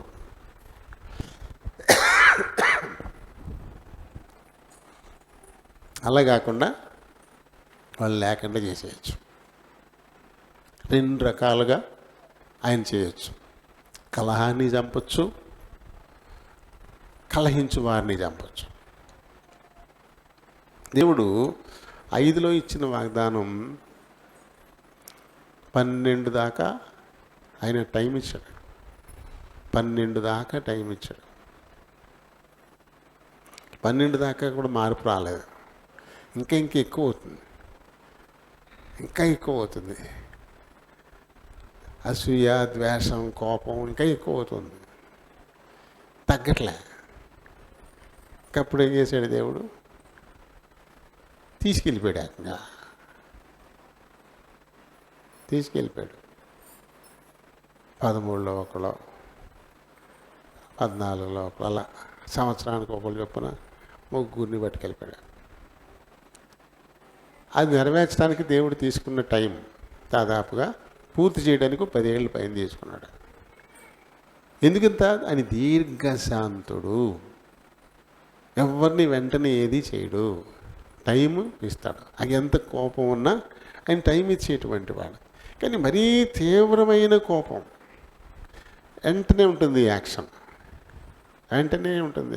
అననీయ సప్పీరాలకు టైం ఇవ్వలే పరిశుద్ధాత్మదేవుడు. అననీయ సప్పీరాలు దేవుణ్ణి మోసం చేశారు, ఆయనే మోసం చేశారు. దాంతో ఆయన కోపం తీవ్రమైపోయింది. టైం ఏమి ఇవ్వలే, తక్షణం చచ్చిపోయారు ఇద్దరికిద్దరు. ఇక్కడ అంజూరపు చెట్టుకి టైం ఇవ్వలేదు దేవుడు, తెల్లరికే ఎండిపోయింది ఏళ్లతో సహా. ఎందుకు? ఇది మోసకారి, మోసం చేస్తుంది, వేషధారణ కలిగి ఉంది. వేషధారణకి వ్యతిరేకంగా దేవుని కోపం చాలా తీవ్రంగా ఉంటుంది. అననీయ సప్పీరాలు వేషధారణ బతికారు. సార్వత్రిక సంఘంలో కలిసిపోయారు. అపొస్తలుల కార్యాలు 5వ అధ్యాయంలో 11వ వచనం వరకు ఉంటుంది. ఇది చదవక్కర్లేదు, అంటే కొంతమంది తెలియని చెప్తున్నా. అపొస్తలుల కార్యాలు 5వ అధ్యాయంలో 1 నుంచి 11 వచనాల మధ్య ఈ వృత్తాంతం ఉంటుంది. అననీయ సప్పీరాలు మోసకరమైన జీవితం, వేషధారణ జీవితం. అప్పటికి చాలామంది తమ ఆస్తులు అన్నీ కూడా అమ్మేసి తీసుకొచ్చి అపొస్తలులకి ఇచ్చేసి 100 ఎకరాల కాల ఆస్తున్న వాళ్ళకి ఆ మొత్తం తెచ్చి అపస్తులకి ఇచ్చేసి ఏమీ లేని వాళ్ళలాగా ఉండిపోయారు. వారి అవసరాలకి అపస్తుల దగ్గర నుంచి తీసుకుంటున్నారు. ఏమీ లేని వాళ్ళు కూడా వచ్చి అక్కడ జాయిన్ అయిపోయారు. ఇప్పుడు ఇదివరకు 100 ఎకరాల ఆసామి, ఏమీ లేనివాడు, ఇద్దరు ఒకటే అయిపోయారు. ఇక దేవుని దృష్టికి అంతా ఒకటే కదా, అలా ఉండిపోయారు. ఆ టైంలో మేము కూడా మాకున్న ఆస్తిని అమ్మేసి అపస్తులకి ఇచ్చేసి మేము ఇందులో వాళ్ళకిలాగానే కలిసిపోతాం అని అనుకున్నారు. అనుకున్న వాళ్ళు ఏం చేశారు, అమ్మేసిన తర్వాత అందులో కొంత దాచిపెట్టుకుందాం అనుకున్నారు. దాచిపెట్టుకుని ఆ విషయం అపస్తులను కూడా చెప్పకూడదు. అంటే ఏంటి, మొత్తం మేము ఇచ్చేసాం. ఇచ్చారా అంటే లేదు, లోన కొంత ఉంచేసుకున్నారు. ఇది వేషధారణ బతుకు. పైకేమో ఇచ్చేసినట్టుగా ఉంటుంది, కానీ ఇవ్వలేదు. వేషధారణ బతుకు. ఇది దేవునికి అస్సలు నచ్చలేదు.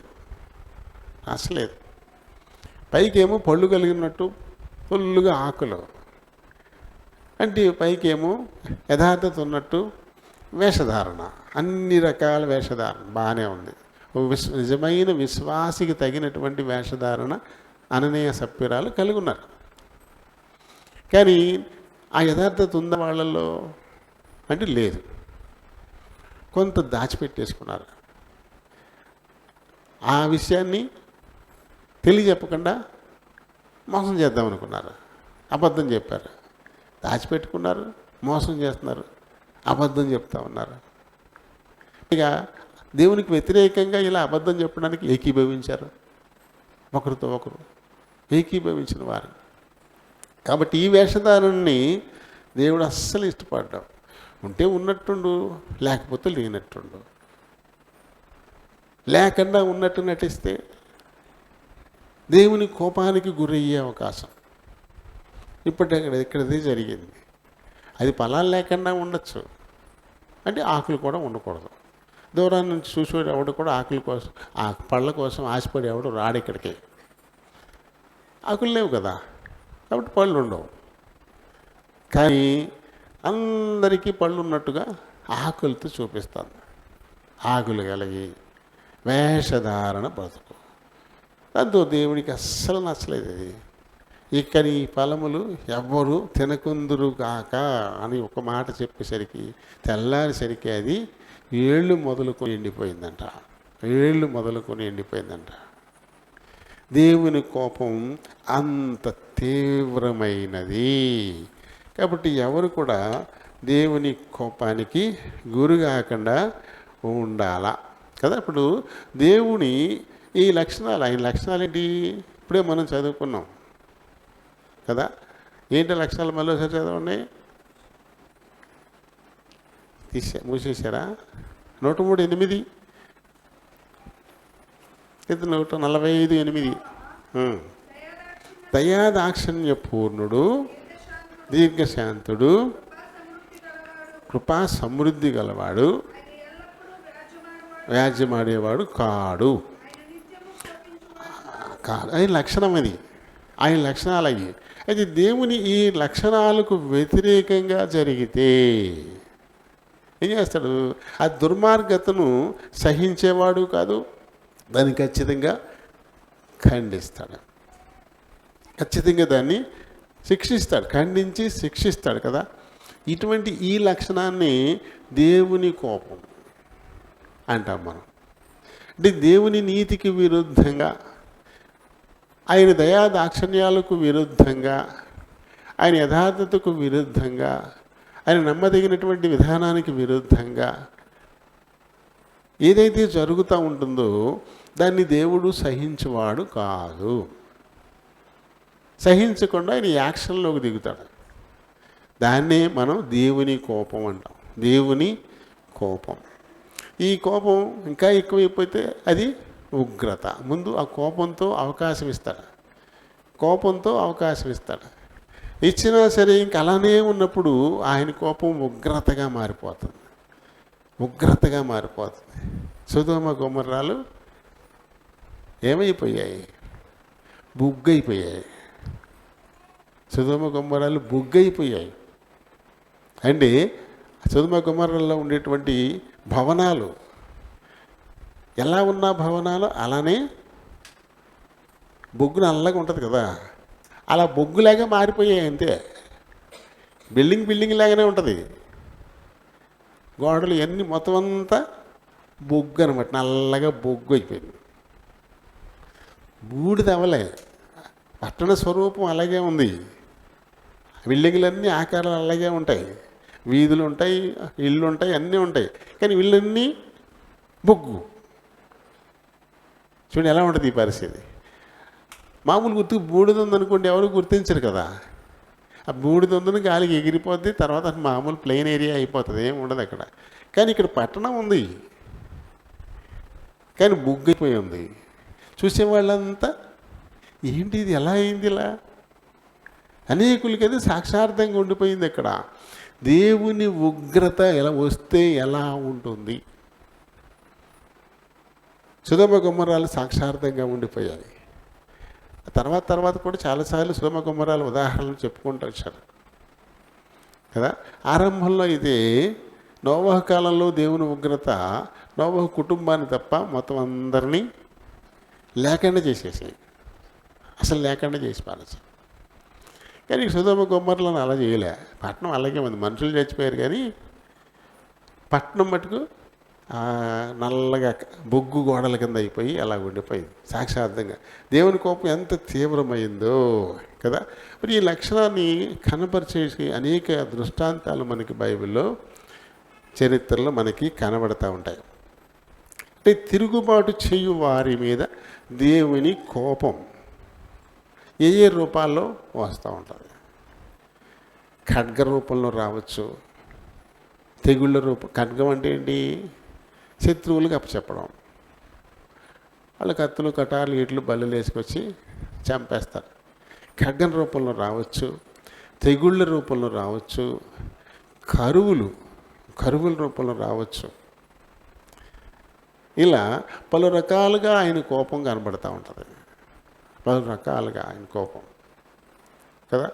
అంటే ఆయన కోపానికి సూచనలు కనబడుతూ ఉంటాయి మనకన్నమాట. మన మీద ఆయన కోపం వచ్చిందనుకోండి, మనకి శత్రువులు ఎక్కువ అవుతారు. శత్రువులు ఎక్కువ అవుతున్నారు అంటే దేవుని కోపం మన మీద ఉంది. కారణం ఏంటంటే మనం ఎక్కడో తప్పాం. ఎందుకంటే ఆయన మన పక్షం అయితే మనకి శత్రువులే లేరని కదా బైబిల్ చెప్తుంది. దేవుడు మన పక్షమైతే విరోధులు ఉండరు. ఆయన మన పక్షం కానప్పుడే విరోధులు వస్తారు, శత్రువులు వస్తారు. శత్రువులు వచ్చారు అంటే దేవుడు మన పక్షం లేడని అర్థం. ఎందుకు లేడు అంటే మనం ఎక్కడో దారి తప్పాము. అది కొన్ని సందర్భాల్లో శత్రువు దేవుని నామం మహిమపరచబడడానికి రావచ్చు, అవి అరుదు. చాలా ఎక్కువగా దేవుని కోపం ఈ రకంగా కనపడుతుంది శత్రువుల రూపంలో. కొన్ని తెగుళ్ళు, ఐగుప్తీయులను దేవుని కోపం బాధించింది తెగుళ్ళ చేత. తన ప్రజలను ఐగుప్తీయులు హింసించినందుకు గాను దేవుడు వారి మీద ప్రతీకారం తీర్చుకున్నాడు. ఎలా వచ్చింది? తెగుళ్ళ రూపం. రకరకాల ఆశ్చర్యకరమైన తెగుళ్ళు, వాళ్ళు భరించలేనటువంటి తెగుళ్ళు. కానీ తర్వాత కోపం, కరువు. అహాబు, యెజెబెలు, ఇజ్రాయేల్ రాజులు ఆ కాలంలో వర్షం లేకుండా చేసేసి తీవ్రమైన కరువు రప్పించాడు అక్కడికి. కరువు, తీవ్రమైనటువంటి కరువు. ఇలా దేవుని కోపం పలు రకాలుగా వస్తూ ఉంటుంది కదా. మనకి ద్వితీయోపదేశకాండంలో 32వ అధ్యాయంలో 15వ వచనం నుంచి 43 దాకా ఏ రకంగా ఆయన కోపం ప్రదర్శితమవుతుందో, దాని ప్రభావం మనుషుల మీద ఎలా ఉంటుందో అక్కడ వివరణ ఇచ్చాడు ఆయన. 32వ అధ్యాయం 15 నుంచి 43 దాకా వాటి గురించే మనకి కనబడుతుంది. తర్వాత మీరు ఆ విషయాన్ని చదువుకోండి. ఇంకా తర్వాత రెండవదిగా ఆయన పరిశుద్ధతను కాపాడుకోవడానికి కూడా ఆయన కోపం వస్తుందంట. ఆయన పరిశుద్ధుడు కదా.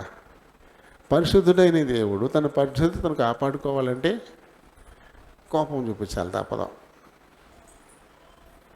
ఆ కోపం లేకపోతే ఆయన్ని కూడా మనం పాడు చేసేస్తాం అన్నమాట. మన పరిశుద్ధతను మనం కాపాడుకోవడానికి మనకి కోపం ఉండాలి. ఉండదా? శుభ్రంగా ఊరు వెళ్తాక నీట్గా స్నానం చేసి తెల్లటి బట్టలు కట్టుకున్నాం అనుకోండి, ఆ వాకట్లో పిల్లవాడు ఆడుకుంటా వచ్చేసి మనల్ని ముట్టేసుకుంటే ఏం చేస్తాం? మనం ఎంత కోపం ప్రదర్శిస్తాం, గెంటేస్తాం. అంతకుముందు అన్నీ ఎత్తుకుని ముద్దాడు ఉంటాం, కానీ ఇప్పుడు మటుకు అన్ని రెక్కట్టుకుని గెంటి పారేస్తాం. చూడు మురుగులు దుర్లు చేసి ముట్టేసుకుంటున్నారు. ఎందుకు? శుభ్రంగా ఉన్నాం కదా మనం.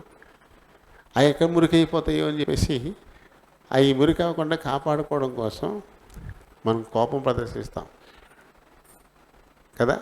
అవి ఎలానో మార్చిపోతాయి, బయటికి వెళ్ళి వచ్చేసరికి మార్చిపోతాయి, తల ఉతుక్కోవాల్సిందే.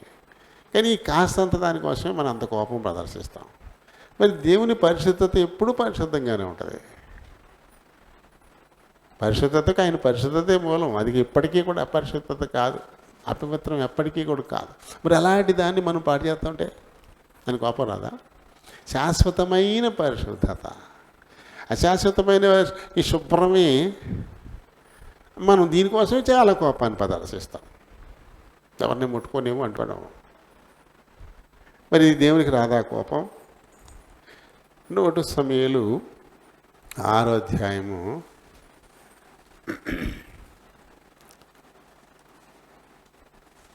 19-20 వచనాలు చూద్దాం. యెహోవా మందసాన్ని తెరిచి చూశారు. అసలు ఎవరైనా చూడొచ్చా? యెహోవా మందసం, ఆ మందసం లోపల ఆయన ఇచ్చిన ఆజ్ఞల పలకలు ఉంటాయి, దేవుని ఆజ్ఞలు.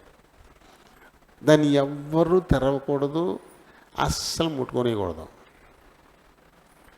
అటువంటి మందసం అపవిత్రులైన మనుషులు ముట్టుకున్నారు, తెరిచి చూశారు దాన్ని. ఇంకెప్పుడు ఎవరు కూడా దాన్ని ముట్టుకోవడానికి సాహసం చేయకూడదు. దాని గురించి వెంటనే కోపం వచ్చింది ఆయనకి. వాళ్ళు ముట్టుకున్న వాళ్ళు ముట్టుకున్నట్టే వాళ్ళు అక్కడ చచ్చిపోయారు. హతము చేశాడు. ఎంతమంది చచ్చిపోయారు చూడండి. 50,070 మంది అంటే 50,070 మంది చచ్చిపోయారు. ఆ మందసాన్ని తెరిచి చూసిన కారణంతో తన పరిశుద్ధతను కాపాడుకోవడం కోసం అంత తీవ్రమైన కోపాన్ని ప్రదర్శించాడు ఆయన. దాంతో ఇంకెవ్వరూ దాన్ని ముట్టుకోవడానికి ఇక సాహసించరు. ఆయన పరిశుద్ధతను కాపాడుకోవడానికి చేసినటువంటి పని అది కదా. అలాగే 2 సమూయేలు 6వ అధ్యాయము 7వ వచనాన్ని చదువుదాం. యెహోవా కోపము ఉజ్జా మీద రగులు కొనెను. అతడు చేసిన తప్పును బట్టి దేవుడు ఆ క్షణమందే అతనిని మొత్తగా అక్కడే చచ్చిపోయాడు. అంటే ఒక బండి మీద మందసాన్ని ఎక్కించి తోలుకుంటూ వస్తూ ఉంటే బండి చక్రం కొంచెం రాయి మీదకి ఎక్కి బండి కాస్త అలా ఒరిగి మందసం పడిపోద్దేమో అని ఈ ఉజ్జ చేయి చాచి దాన్ని పట్టుకున్నాడు. దేవుడు దాన్ని సహించలేదు. దేవుడికి తెలియదా తనని ఇంకెవరైనా కాపాడాలా? అక్కర్లేదు కదా. దాంతో కోపించి వెంటనే ఆ ఉజ్జ అక్కడ చచ్చిపోయాడు. వెంటనే అంటే తన పరిశుద్ధతకు విఘాతం కలిగించేవాడు ఎవరినైనా సరే ఆయన సహించేవాడు ఎప్పటికీ కూడా కాదు. నేను పరిశుద్ధుడను, మీరు కూడా పరిశుద్ధులై ఉండండి అని చెప్పాడు. ఎప్పటికీ నేను పరిశుద్ధుడను, మీరు కూడా పరిశుద్ధులై ఉండండి. లేకపోతే ఆయన కోపం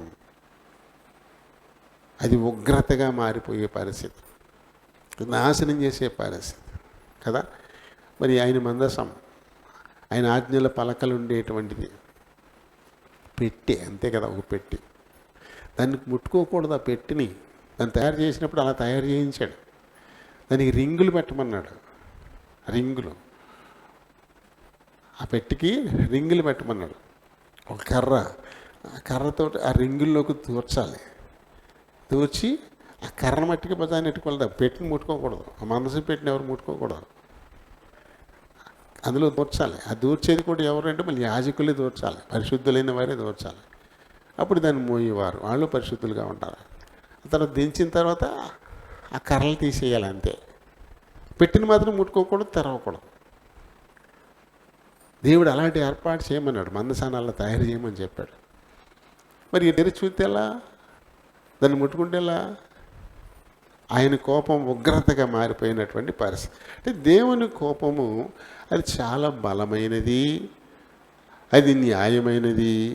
పాపాన్ని లయపరచడానికి, నీతిని స్థిరపరచడానికి ఆయన ఉగ్రతను ఎప్పుడూ కనపరుస్తూ ఉంటాడు. ఉత్తిని రాదు ఆయన కోపం.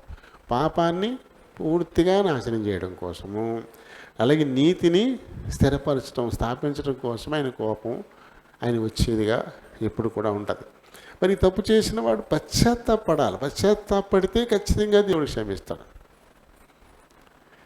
తప్పు చేసిన వెంటనే ఉజ్జాకి అవకాశం లేదు. ఇక నేరుగా బాక్స్ పెట్టింది ముట్టుకోవడం పాపం వెంటనే చచ్చిపోయాడు. అక్కడ ఇంక చాలా ఇక ఏమి ఉండదు. ఇంకా పూర్తిగా దేవుని పవిత్రతకు విఘాతం కలిగించేటువంటి వారికి టైం ఉండదు. తక్షణమే జరిగిపోయింది అక్కడ. మామూలుగా అయితే అవకాశాలు దేవుడు ఇచ్చేటువంటి వాడుగా ఉన్నాడు. తప్పు చేసిన వాడు పశ్చాత్తాపడితే ఖచ్చితంగా దేవుడు వారిని క్షమించేటువంటి వాడు. నిర్గమకాండంలో 32 అధ్యాయాలు మనం చూస్తాం కదా. 32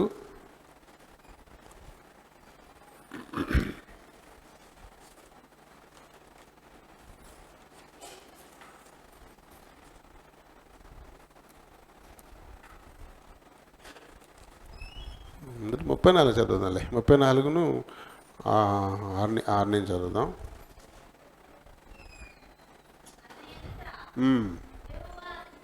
దాటి వెళ్ళుచు కనికరమును, దయ, దీర్ఘశాంతము, విస్తారమైన కృపా సత్యములు గల దేవుడైనటువంటి యెహోవా 1000 మందిని క్షమిస్తాడు. అంతే. 1000 మంది తప్పుల్ని క్షమించడానికి ఇష్టపడతాడు. ఎవరు క్షమాపణ అడుగుతారో వారిని క్షమించడానికి ఎప్పుడు ఇష్టపడతాడు తప్ప దోషులను నిర్దోషులుగా మాత్రం ఆయన ఎంచేవాడు ఎప్పటికీ కూడా కాదు కదా. దోషులను నిర్దోషులుగా మాత్రం ఆయన ఎంచేవాడు కాదు. లేవీకాండం 10:1-6 వరకు, సంఖ్యాకాండం 25-11, అలాగే ద్వితీయోపదేశకాండం 13 అధ్యాయం 17-18 వచనాలు అవి కూడా ఇదే విషయాన్ని మనకి తెలియపరుస్తాయి. దేవుడు ఎంత ప్రేమ గలడు, అంతా కోపం ఉన్నవాడు. ఆ కోపం ఉగ్రతగా మారితే మాత్రం సర్వనాశనమే. అయితే ఒక అవకాశం ఇస్తాడు. తప్పు చేసినటువంటి వారు వాళ్ళు దిద్దుకోవడానికి అవకాశం ఇస్తాడు. యోనా ద్వారా నినివే పట్టణస్థులకు విషయాన్ని తెలియపరచాడు. నినివే పట్టణస్థుల దోషం చాలా ఎక్కువైపోయింది కాబట్టి ఒక 40 దినాల్లో ఈ పట్టణాన్ని నాశనం చేసేస్తాను చెప్పించాడు. చెప్పడం బాపే మొత్తం నినివే పట్టణస్థులందరూ మోకాళ్ళ మీద వచ్చారు. రాజు నుంచి బిచ్చగాడ దాకా నేల మీద వచ్చేసారు. పసిపిల్లల్ని కూడా ఉపవాసం పెట్టేశారంట, పశువులు కూడా ఉపవాసం పెట్టేశారంట. 3 రోజులు తిరిగితే కానీ అవదంట పట్టణం అంత పెద్దది. ఒక్కరోజు యోనా చెప్పేటప్పటికే మొత్తం పట్టణం అంతా అలర్ట్ అయిపోయింది. అంతే, దాన్ని చేస్తానన్న కీడు చేయకుండా ఆయన మానేశాడు. అంటే క్షమించడానికి ఇష్టపడేవాడు. మనం పశ్చాత్తాపడాలని, మనం కోరుకోవాలని ఆయన ఆశపడేటువంటి దేవుడు ఎప్పటికీ కూడా. అంతే తప్ప ఉట్టినే నాశనం చేశాడు, ఉట్టినే నాశనం చేశాడు కదా. మరి ఎందుకంటే ఆయన కోపం ఎప్పుడు కూడా కనికరంతో కూడుకున్నటువంటి కోపం. అంటే ఎలా, మన బిడ్డ మీద మనకి కోపం వస్తే ఎందుకు వస్తుంది కోపం? బిడ్డ పాడైపోతా ఉన్నాడు, బిడ్డ ప్రమాదంలో పడతాడు, బిడ్డ ఇబ్బంది పడతాం, ఇటువంటివి ఉంటాయి మనకి. ఊరినే బిడ్డల మీద తల్లిదండ్రులు కోపాలు వస్తాయా? రావు. ప్రేమతో వస్తుంది కోపం, ప్రేమతోటి వస్తుంది కోపం. ప్రమాదంలో పడిపోతాడేమో, ప్రమాదకరమైన పరిస్థితికి వెళ్ళిపోతూ ఉంటారు పిల్లలు. అలాంటప్పుడు వారిని మేలైన మార్గాల్లో నడిపించడం కోసమే దండిస్తారు. కోప్పడతారు. అందులో ప్రేమ ఉంది. మరి మంచోళ్ళమేం కాదు మనం. అయినా మనమే అలా ఉన్నప్పుడు మంచివాడైన దేవుడు ఎలా ఉంటాడు? మనుషులు ఎవరైనా మంచోళ్ళా? బాల్యము నుంచి మనిషి హృదయంలోని ఊహ కేవలము చెడ్డది అని చెప్పబడ్డది. అలాంటి వాళ్ళు ఏం మంచోళ్ళు కాదు. అయినా మనమే అలా ఉంటాం. మన బిడ్డకి ఇబ్బంది కలుగుతుందేమో అని. ఆడు పొయ్యి కాడికి వెళ్ళిపోతున్నాడు అనుకోండి, ఒకసారి తీసుకొస్తాం, మళ్ళీ వెళ్ళిపోతున్నాడు అనుకోండి, తీసుకొస్తాం, రెక్కించుకుని టపటపా రెండు పీకేస్తాం. ఎందుకు ఇదంతా? అడవిలో పడతాడేమో, కాలిపోతాడు, ప్రమాదంలో పడిపోతాడు. ప్రేమతోటి ఈ దండన కదా, ప్రేమతోటి. మరి అలాగే దేవుడు కూడా ఆయన కోపం దేంతో నిండింది? కనికరంతో నిండినటువంటి కోపం. అది ఉత్తినే కోపం రాదు. ఆయన ప్రేమతో ఇదంతా చేసినటువంటి కోపం, కోపం కనికరంతో నిండినటువంటిది కదా. దేవుడు దీర్ఘశాంతుడు. ఇందాక మనం చదివాం, 103వ కీర్తనలో మనం చదివాం. ఆయన దీర్ఘశాంతుడు, చాలా సహిస్తాడంట, చాలా ఉపయోగపడతాడంట. వెంటనే యాక్షన్లో దిగిపోడు. తన పరిశుద్ధత విషయంలో మాత్రం ఇమీడియట్, వెంటనే ఇక సమస్య లేదు. తన పరిశుద్ధతకు ఇబ్బంది కలిగించేలాగా నడుచుకుంటే వెంటనే యాక్షన్లో దిగిపోతాడు.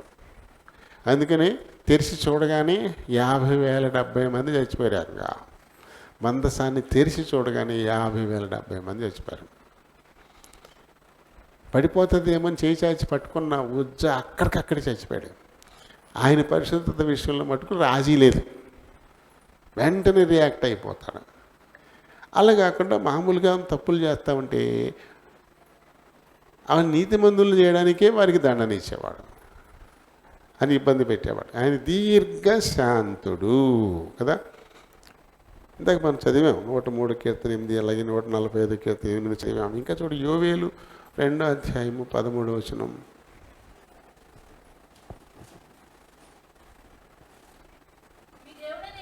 మీ దేవుడైన యెహోవా కరుణా వాత్సల్యత గలాడు, శాంతమూర్తియు, ఆయన అత్యంత కృప అంట, మామూలు కృప కాదు, అత్యంత కృప గలవాడై ఉండి తాను చేయ ఉద్దేశించిన కీడు కూడా చేయకుండా ఆయన నిర్ణయాన్ని మార్చుకుంటాడు. పశ్చాత్తాపడడం అంటే ఉపసంహరించు, చేద్దామనుకున్నది చేయడం మానేయడం. పశ్చాత్తాపడతాడు. ఎందుకంటే అందుకు కారణం మనమే కావాలా.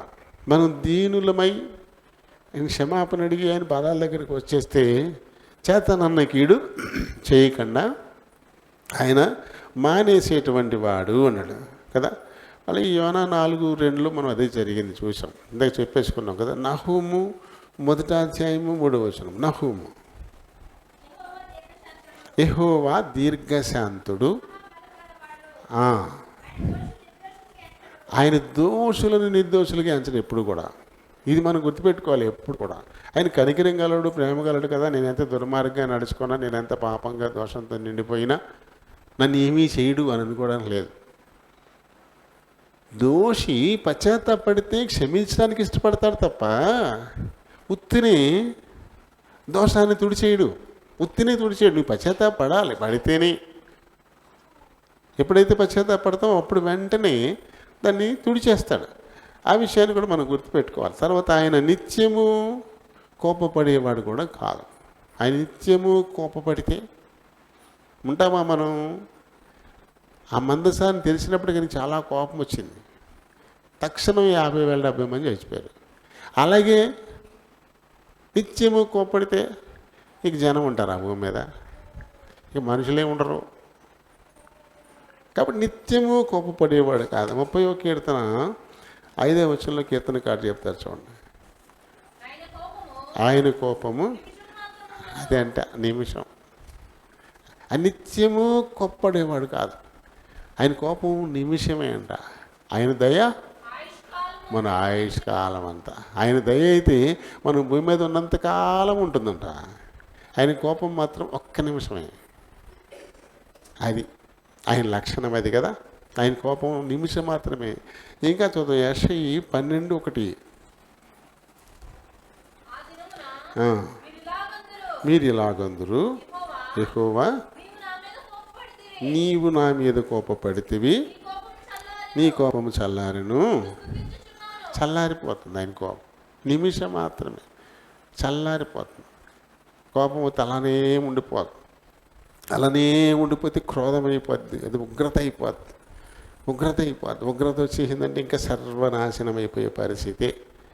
ఇంకా అలానే ఇర్మియా 13:12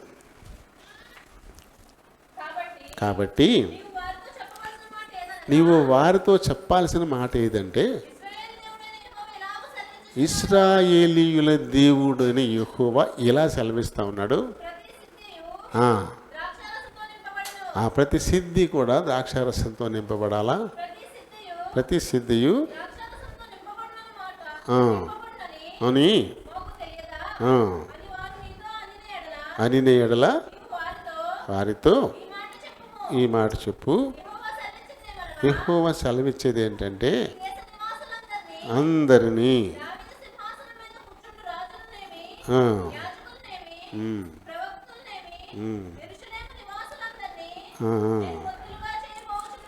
అది తర్వాత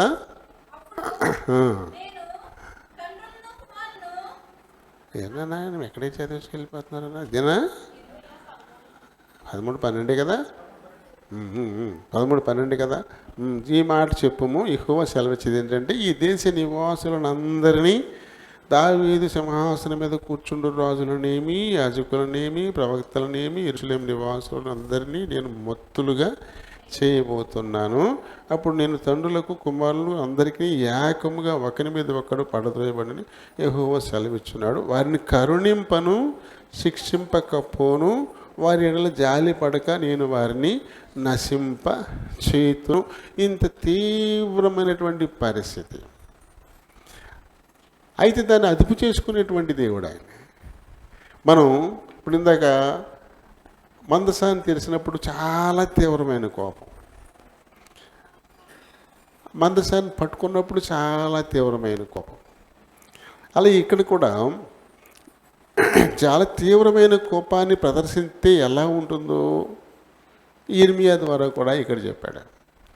అయితే అలాంటి పరిస్థితికి మనం ఎప్పుడు కూడా రానేయకూడదు. పశ్చాత్తాపాన్ని ఖచ్చితంగా వెలిబుచ్చాలి. ఆయన ఒక్క నిమిషమే ఆయన కోపం, కానీ ఇంకా మనం ఇంకా ఇంకా ఇంకా ఇంకా ఆయన్ని శోధిస్తూ ఉంటే ఇప్పుడు నిమిషం పెరుగుతుంది, ఇంకా పెరుగుతుంది, అంతే కదా, ఇంకా పెరుగుతుంది. ఇప్పుడు నినివే పట్టణస్థుల మీద కోపం వచ్చింది, 40 రోజులు టైం ఇచ్చాడు. ఒక్క రోజులోనే వాళ్ళందరూ నేల మీదకి వచ్చేసారు. కాబట్టి ఆయన కోపం అక్కడితో అయిపోయింది. 40 days ఉన్నాయి కదా, 40 రోజుల లోపల నాశనం చేస్తారన్నాడు కదా, పర్లేదు 30 రోజుల తర్వాత మనం నేల మీదకి వద్దాము అనుకుంటే ఏమవుతుంది? ఇప్పుడు ఇది అలా అలా అలా అలా అలా అలా పెరుగుతూ పోతుంది కోపం. అది ఉగ్రతగా మారిపోయేటువంటి పరిస్థితి. అక్కడి దాకా రానియకుండా మనం చాలా జాగ్రత్త పడాల్సిన వారు. ఇంకా చివరి చూద్దాం. మీకా 7:16 చూద్దాం. బలమంతా కొంచెమని సిగ్గుపడి నోరు మూసుకుందురు, వారి చెవులు చెవిడెక్కిపోయును, సర్పములాగున వారు మన్ను నాకుదురు, భూమి మీద పాకు పురుగు వలె తమ ఇరువులలో నుండి వణుకుచూ ప్రాకి వత్తురు, మన దేవుడైన యెహోవా యొద్దకు భయపడుతూ వత్తురు, నిన్ను బట్టి భయము నందుదురు. తన స్వాస్యములో శేషించిన వారి దోషమును పరిహరించి వారు చేసిన అతిక్రమముల విషయమై వారిని క్షమించు దేవుడవైన నీతో సముడైన దేవుడు ఉన్నాడా? ఆయన కనికరము చూపుటి యందు సంతోషించువాడు గనుక నిరంతరము కోపపడేటువంటి వాడు కాదు, కోపముంచడు అని చెప్పి. మరి దేవుని ఉగ్రత లాంటిదో మనకి మరికొన్ని దృష్టాంతాల వల్ల చాలా స్పష్టంగా కనపడతా ఉంది.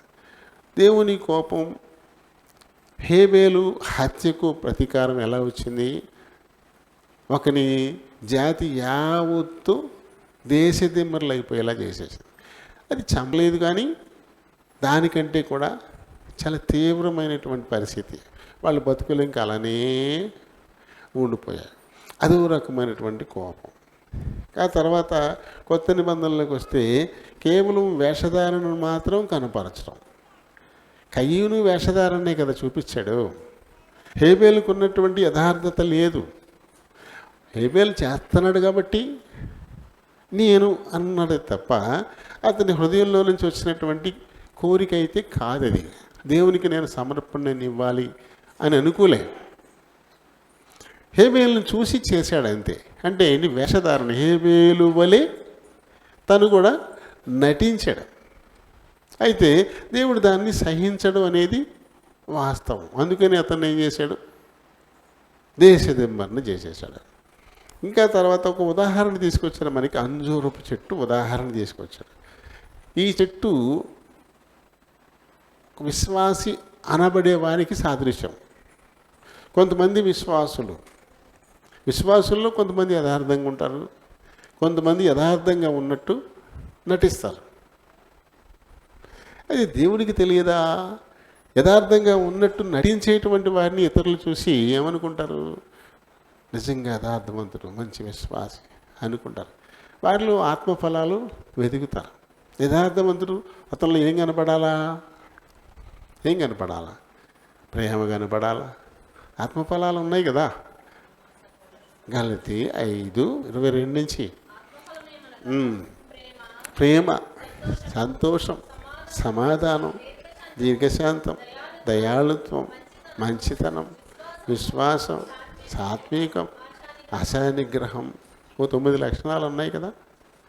ఇవన్నీ కలిపి ఆత్మఫలం అన్నాం. మరి నిజ విశ్వాసుల్లో ఇవి కనపడాలి, ఈ ఫలాలు కనపడాలి. నిజంగా వాళ్ళు విశ్వాసులు అయితే వారిలో ప్రేమ ఉండాలా, వారిలో సాత్వికం ఉండాలా, వారిలో సంతోషం ఉండాలా, వారిలో దయాళుత్వం ఉండాలా, ఇంకా ఇంకా ఇంకా మంచితనం ఉండాలి, విశ్వాసం ఉండాలి, ఇవన్నీ ఉండాలి. అప్పుడు మాత్రమే వాళ్ళు నిజమైన యథార్థవంతులైనటువంటి విశ్వాసులు. పైకైతే విశ్వాసికి తగిన వేషం ఉంటుంది, కానీ లోపలైతే కించిత్ ప్రేమ కూడా ఉండదు, కించిత్ విశ్వాసం కూడా ఉండదు. వాళ్ళ జీవితాల్లో సంతోషము ఉండదు, సమాధానం ఉండదు, అస్సలు మంచితనము కనపడదు. వేషపట్టుకు విశ్వాసికి తగినట్టుంటుంది. దీని ఏమంటాం? వేషధారణ బ్రతుకు. అంతే. ఈ అంజూరపు చెట్టులాగా ఆకులు బాగా కలిగి ఉంది, లోపల పళ్ళు ఉన్నట్టుగా. విశ్వాసులు వేషధారణ బాగానే ఉంది, ఆత్మఫలం అయితే అస్సలు లోపల లేదు. మరి దాన్ని దేవుడు సహిస్తాడా? ఎందుకంటే వీళ్ళు తమ వేషధారణతో అనేకులను మోసపుచ్చుతూ ఉన్నారు. ముందు తమ్ము తాము మోసం చేసుకుంటున్నారు. ఆ చెట్టు తనను తాను మోసం చేసుకుంది, ఫలితం ఎండిపోయింది. ఈ విశ్వాసులు కూడా తమ్మును తాము మోసం చేసుకుంటే వాళ్ళు ఎండిపోతారు. అంతే కదా. కాబట్టి వేషధారణ గమనించుకోవాలి మనం. ఇతరులను చూసి వారిలాగా మనం కూడా ఉండాలని ఒకవేళ వేషం వేసుకుంటున్నామా? విశ్వాస విషయంలో మరొకరిని మనం పోల్చుకోవాల్సిన పని లేదు. వాక్యంతో చూసుకోవాలి మనం. వాక్యానుసారంగా ఉన్నానా లేదా, అంతే తప్ప వాళ్ళెవరిలో వీళ్ళెవరిలో చూసుకుని కాదు, వారిని వీరిని చూసుకుని కాదు. వారు పైకి నటిస్తూ ఉండొచ్చు, లోపల విశ్వాసులు కాకపోవచ్చు. కాబట్టి మనిషితో కూడా మనకు పోలిక అనవసరం. మనకి వాక్యం మన ముందు ఉంది. వాళ్ళని వీళ్ళు ఎందుకు అడగాల? నా ముఖం మీద ఏమైనా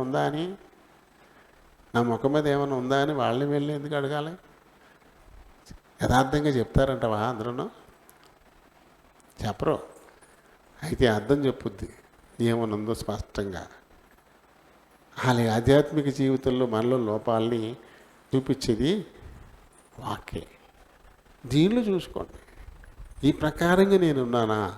విశ్వాసి ఎలా ఉండాలి అంటే ప్రేమ కలిగి ఉండాలి, సాత్వికుడై ఉండాలి, సమాధానం కలిగి ఉండాలి, సంతోషంగా ఉండాలి, మంచితనాన్ని కలిగి ఉండాలి.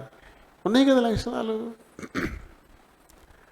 అందులో మనకు లేదనుకోండి, అంటే సంతోషం అంటే ఎప్పుడూ సంతోషం, కలిమిలోనూ సంతోషంగా ఉండాలి, లేమిలోనూ సంతోషంగా ఉండాలి. ఎప్పుడూ సంతోషం. మన ఇంట్లో బిర్యానీ చేసుకున్నప్పుడు హ్యాపీగా ఉంటాము, పప్పుచారు అయినప్పుడు హ్యాపీగానే ఉండాలి. రెండు ఒకటే, తేడా ఉండకూడదు. రెండు ఒకటే, తేడా ఉండకూడదు. లాభం వచ్చినప్పుడు సంతోషంగానే ఉండాలి, నష్టం వచ్చినప్పుడు సంతోషంగా ఉండాలి. మెప్పు వచ్చినప్పుడు సంతోషంగా ఉండాలి, నిందించినప్పుడు సంతోషంగానే ఉండాలి. సంతోషం అంటే అది సంతోషం. లాభం వచ్చినప్పుడు సంతోషపడడం కాదు. అన్ని సమయాలు, సర్వకాల సర్వావస్థల్లోనూ సంతోషంగానే ఉండాలి విశ్వాసం. ఏ పరిస్థితి నాకు వచ్చినా అది నా దేవుని చిత్తం వల్లనే వస్తుంది. ఊరికి నా దేవుడు నన్ను శోధించడు. ఏదో ఒక ఉద్దేశాన్ని నెరవేర్చుకోవడం కోరికే ఇలాంటిది పంపించుంటాడు అని హ్యాపీగానే ఉండాలి, అంతే. సంతోషంగానే ఉండాలన్న మంచితనం ఎప్పుడు మంచిగానే ఉండాలి. ఒక్కొక్కసారి మనుషులు ఎదురుకుండా మంచిగా ఉండి ఆ తర్వాత వేరేలా ఉండదు, అది కాదు. ఆత్మఫలం చాలా స్పష్టంగా చెప్తోంది ఇది. దీనిలో మనల్ని మనం చెక్ చేసుకోవాలి, అంతే. దేవుడు ఎంతో ప్రేమగలుడు, దీర్ఘశాంతుడు.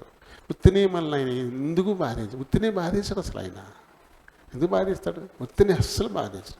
మన పిల్లల్ని మనం బాధించాం కదా, మన పిల్లలకి మనం నష్టం చేయం కదా. మన పిల్లలు వాళ్ళు డిగ్రేడ్ అయిపోవాలని ఎప్పుడన్నా అనుకుంటామా? ఇంకా బాగుండాలి అనుకుంటాం. మనమే అలా అనుకుంటున్నప్పుడు దేవుడు ఎందుకు మనల్ని డిగ్రేడ్ చేస్తాడు? దేవుడు ఎందుకు మనల్ని నష్టపరుస్తాడు? దేవుడు ఎందుకు మనల్ని శోధిస్తాడు? ఒకవేళ ఏదైనా శోధన వస్తే అది మన మేలు కొరకే అని సంతోషించగలిగినప్పుడే ఆత్మఫలం మనలో ఉన్నట్టు కదా. ఎప్పటికీ కూడా ఆయన మనల్ని కోపించి నాశనం చేయడానికి ఇష్టపడేవాడు కాదు, దుఃఖిస్తాడు దానికోసం. నిన్నే చెప్పుకున్నాం మోయాబీయుల గురించి. మోయాబీయులు సర్వనాశనం అయిపోతూ ఉన్నందుకు దేవుడు దుఃఖపడుతూ ఉన్నాడు. మోయాబు జాతి మొత్తం నాశనం అయిపోతాం.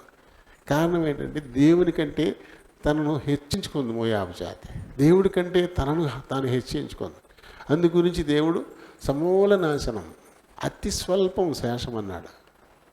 అలా నాశనం చేస్తున్నందుకు నా అంతరాలు సితార వలె వదులుతున్నాయి, ఏడుస్తున్నాయి, దుఃఖిస్తున్నాయి అంటాడు. తనకు వ్యతిరేకంగా వచ్చిన వారిని నాశనం చేస్తూ కూడా దేవుడు బాధపడతా ఉన్నాడు, దుఃఖిస్తూ ఉన్నాడు. మరి అలాంటి వాడు ఉత్తిని ఎందుకు చేస్తాడు? ఖచ్చితంగా చేయడు. ఒకవేళ మనకి శోధన వచ్చింది అంటే తప్పైతే మనదే. మనం పూర్తిగా దేవునికి విరుద్ధంగా పోతూ ఉన్నాము. దేవుడు కోరుకున్నట్టుగా యథార్థత చూపించకుండా ఒకళ్ళు వేషధారణ చూపిస్తూ ఉన్నామేమో. దానివల్ల మనకి కోపం, శోధన. కయీను వలె వేషధారణ, అంజూరపు చెట్టు వలె వేషధారణ. ఇది అస్సలు నచ్చదు ఆయనకి, నచ్చదు, మనకే నచ్చదు. ఎవరైనా మన ఎదురుకుండా నటిస్తే మనకు నచ్చుతుందా? ఏదో నాటకాలు ఆడపోకు నా దగ్గర అంటాం వెంటనే మనం. అసలు నచ్చదు మనకి. మరి దేవుడి దగ్గర నటిస్తే ఆయనకు నచ్చుద్దా? ఆయనకి మనం నటిస్తాం, దేవుడికి నచ్చాలి. మన ఎదురుగుండా ఎవరైనా నటిస్తే మనకి నచ్చదు. ఇది ఎలా న్యాయం కదా? ఏది మనకి జరిగితే మనకు నచ్చదో అది మనం ఇతరులకు చేయకూడదు.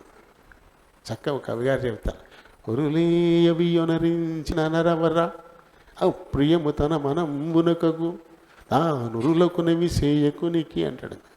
పరాయణము పరమధర్మ పదములకెళ్ళన్నాడు.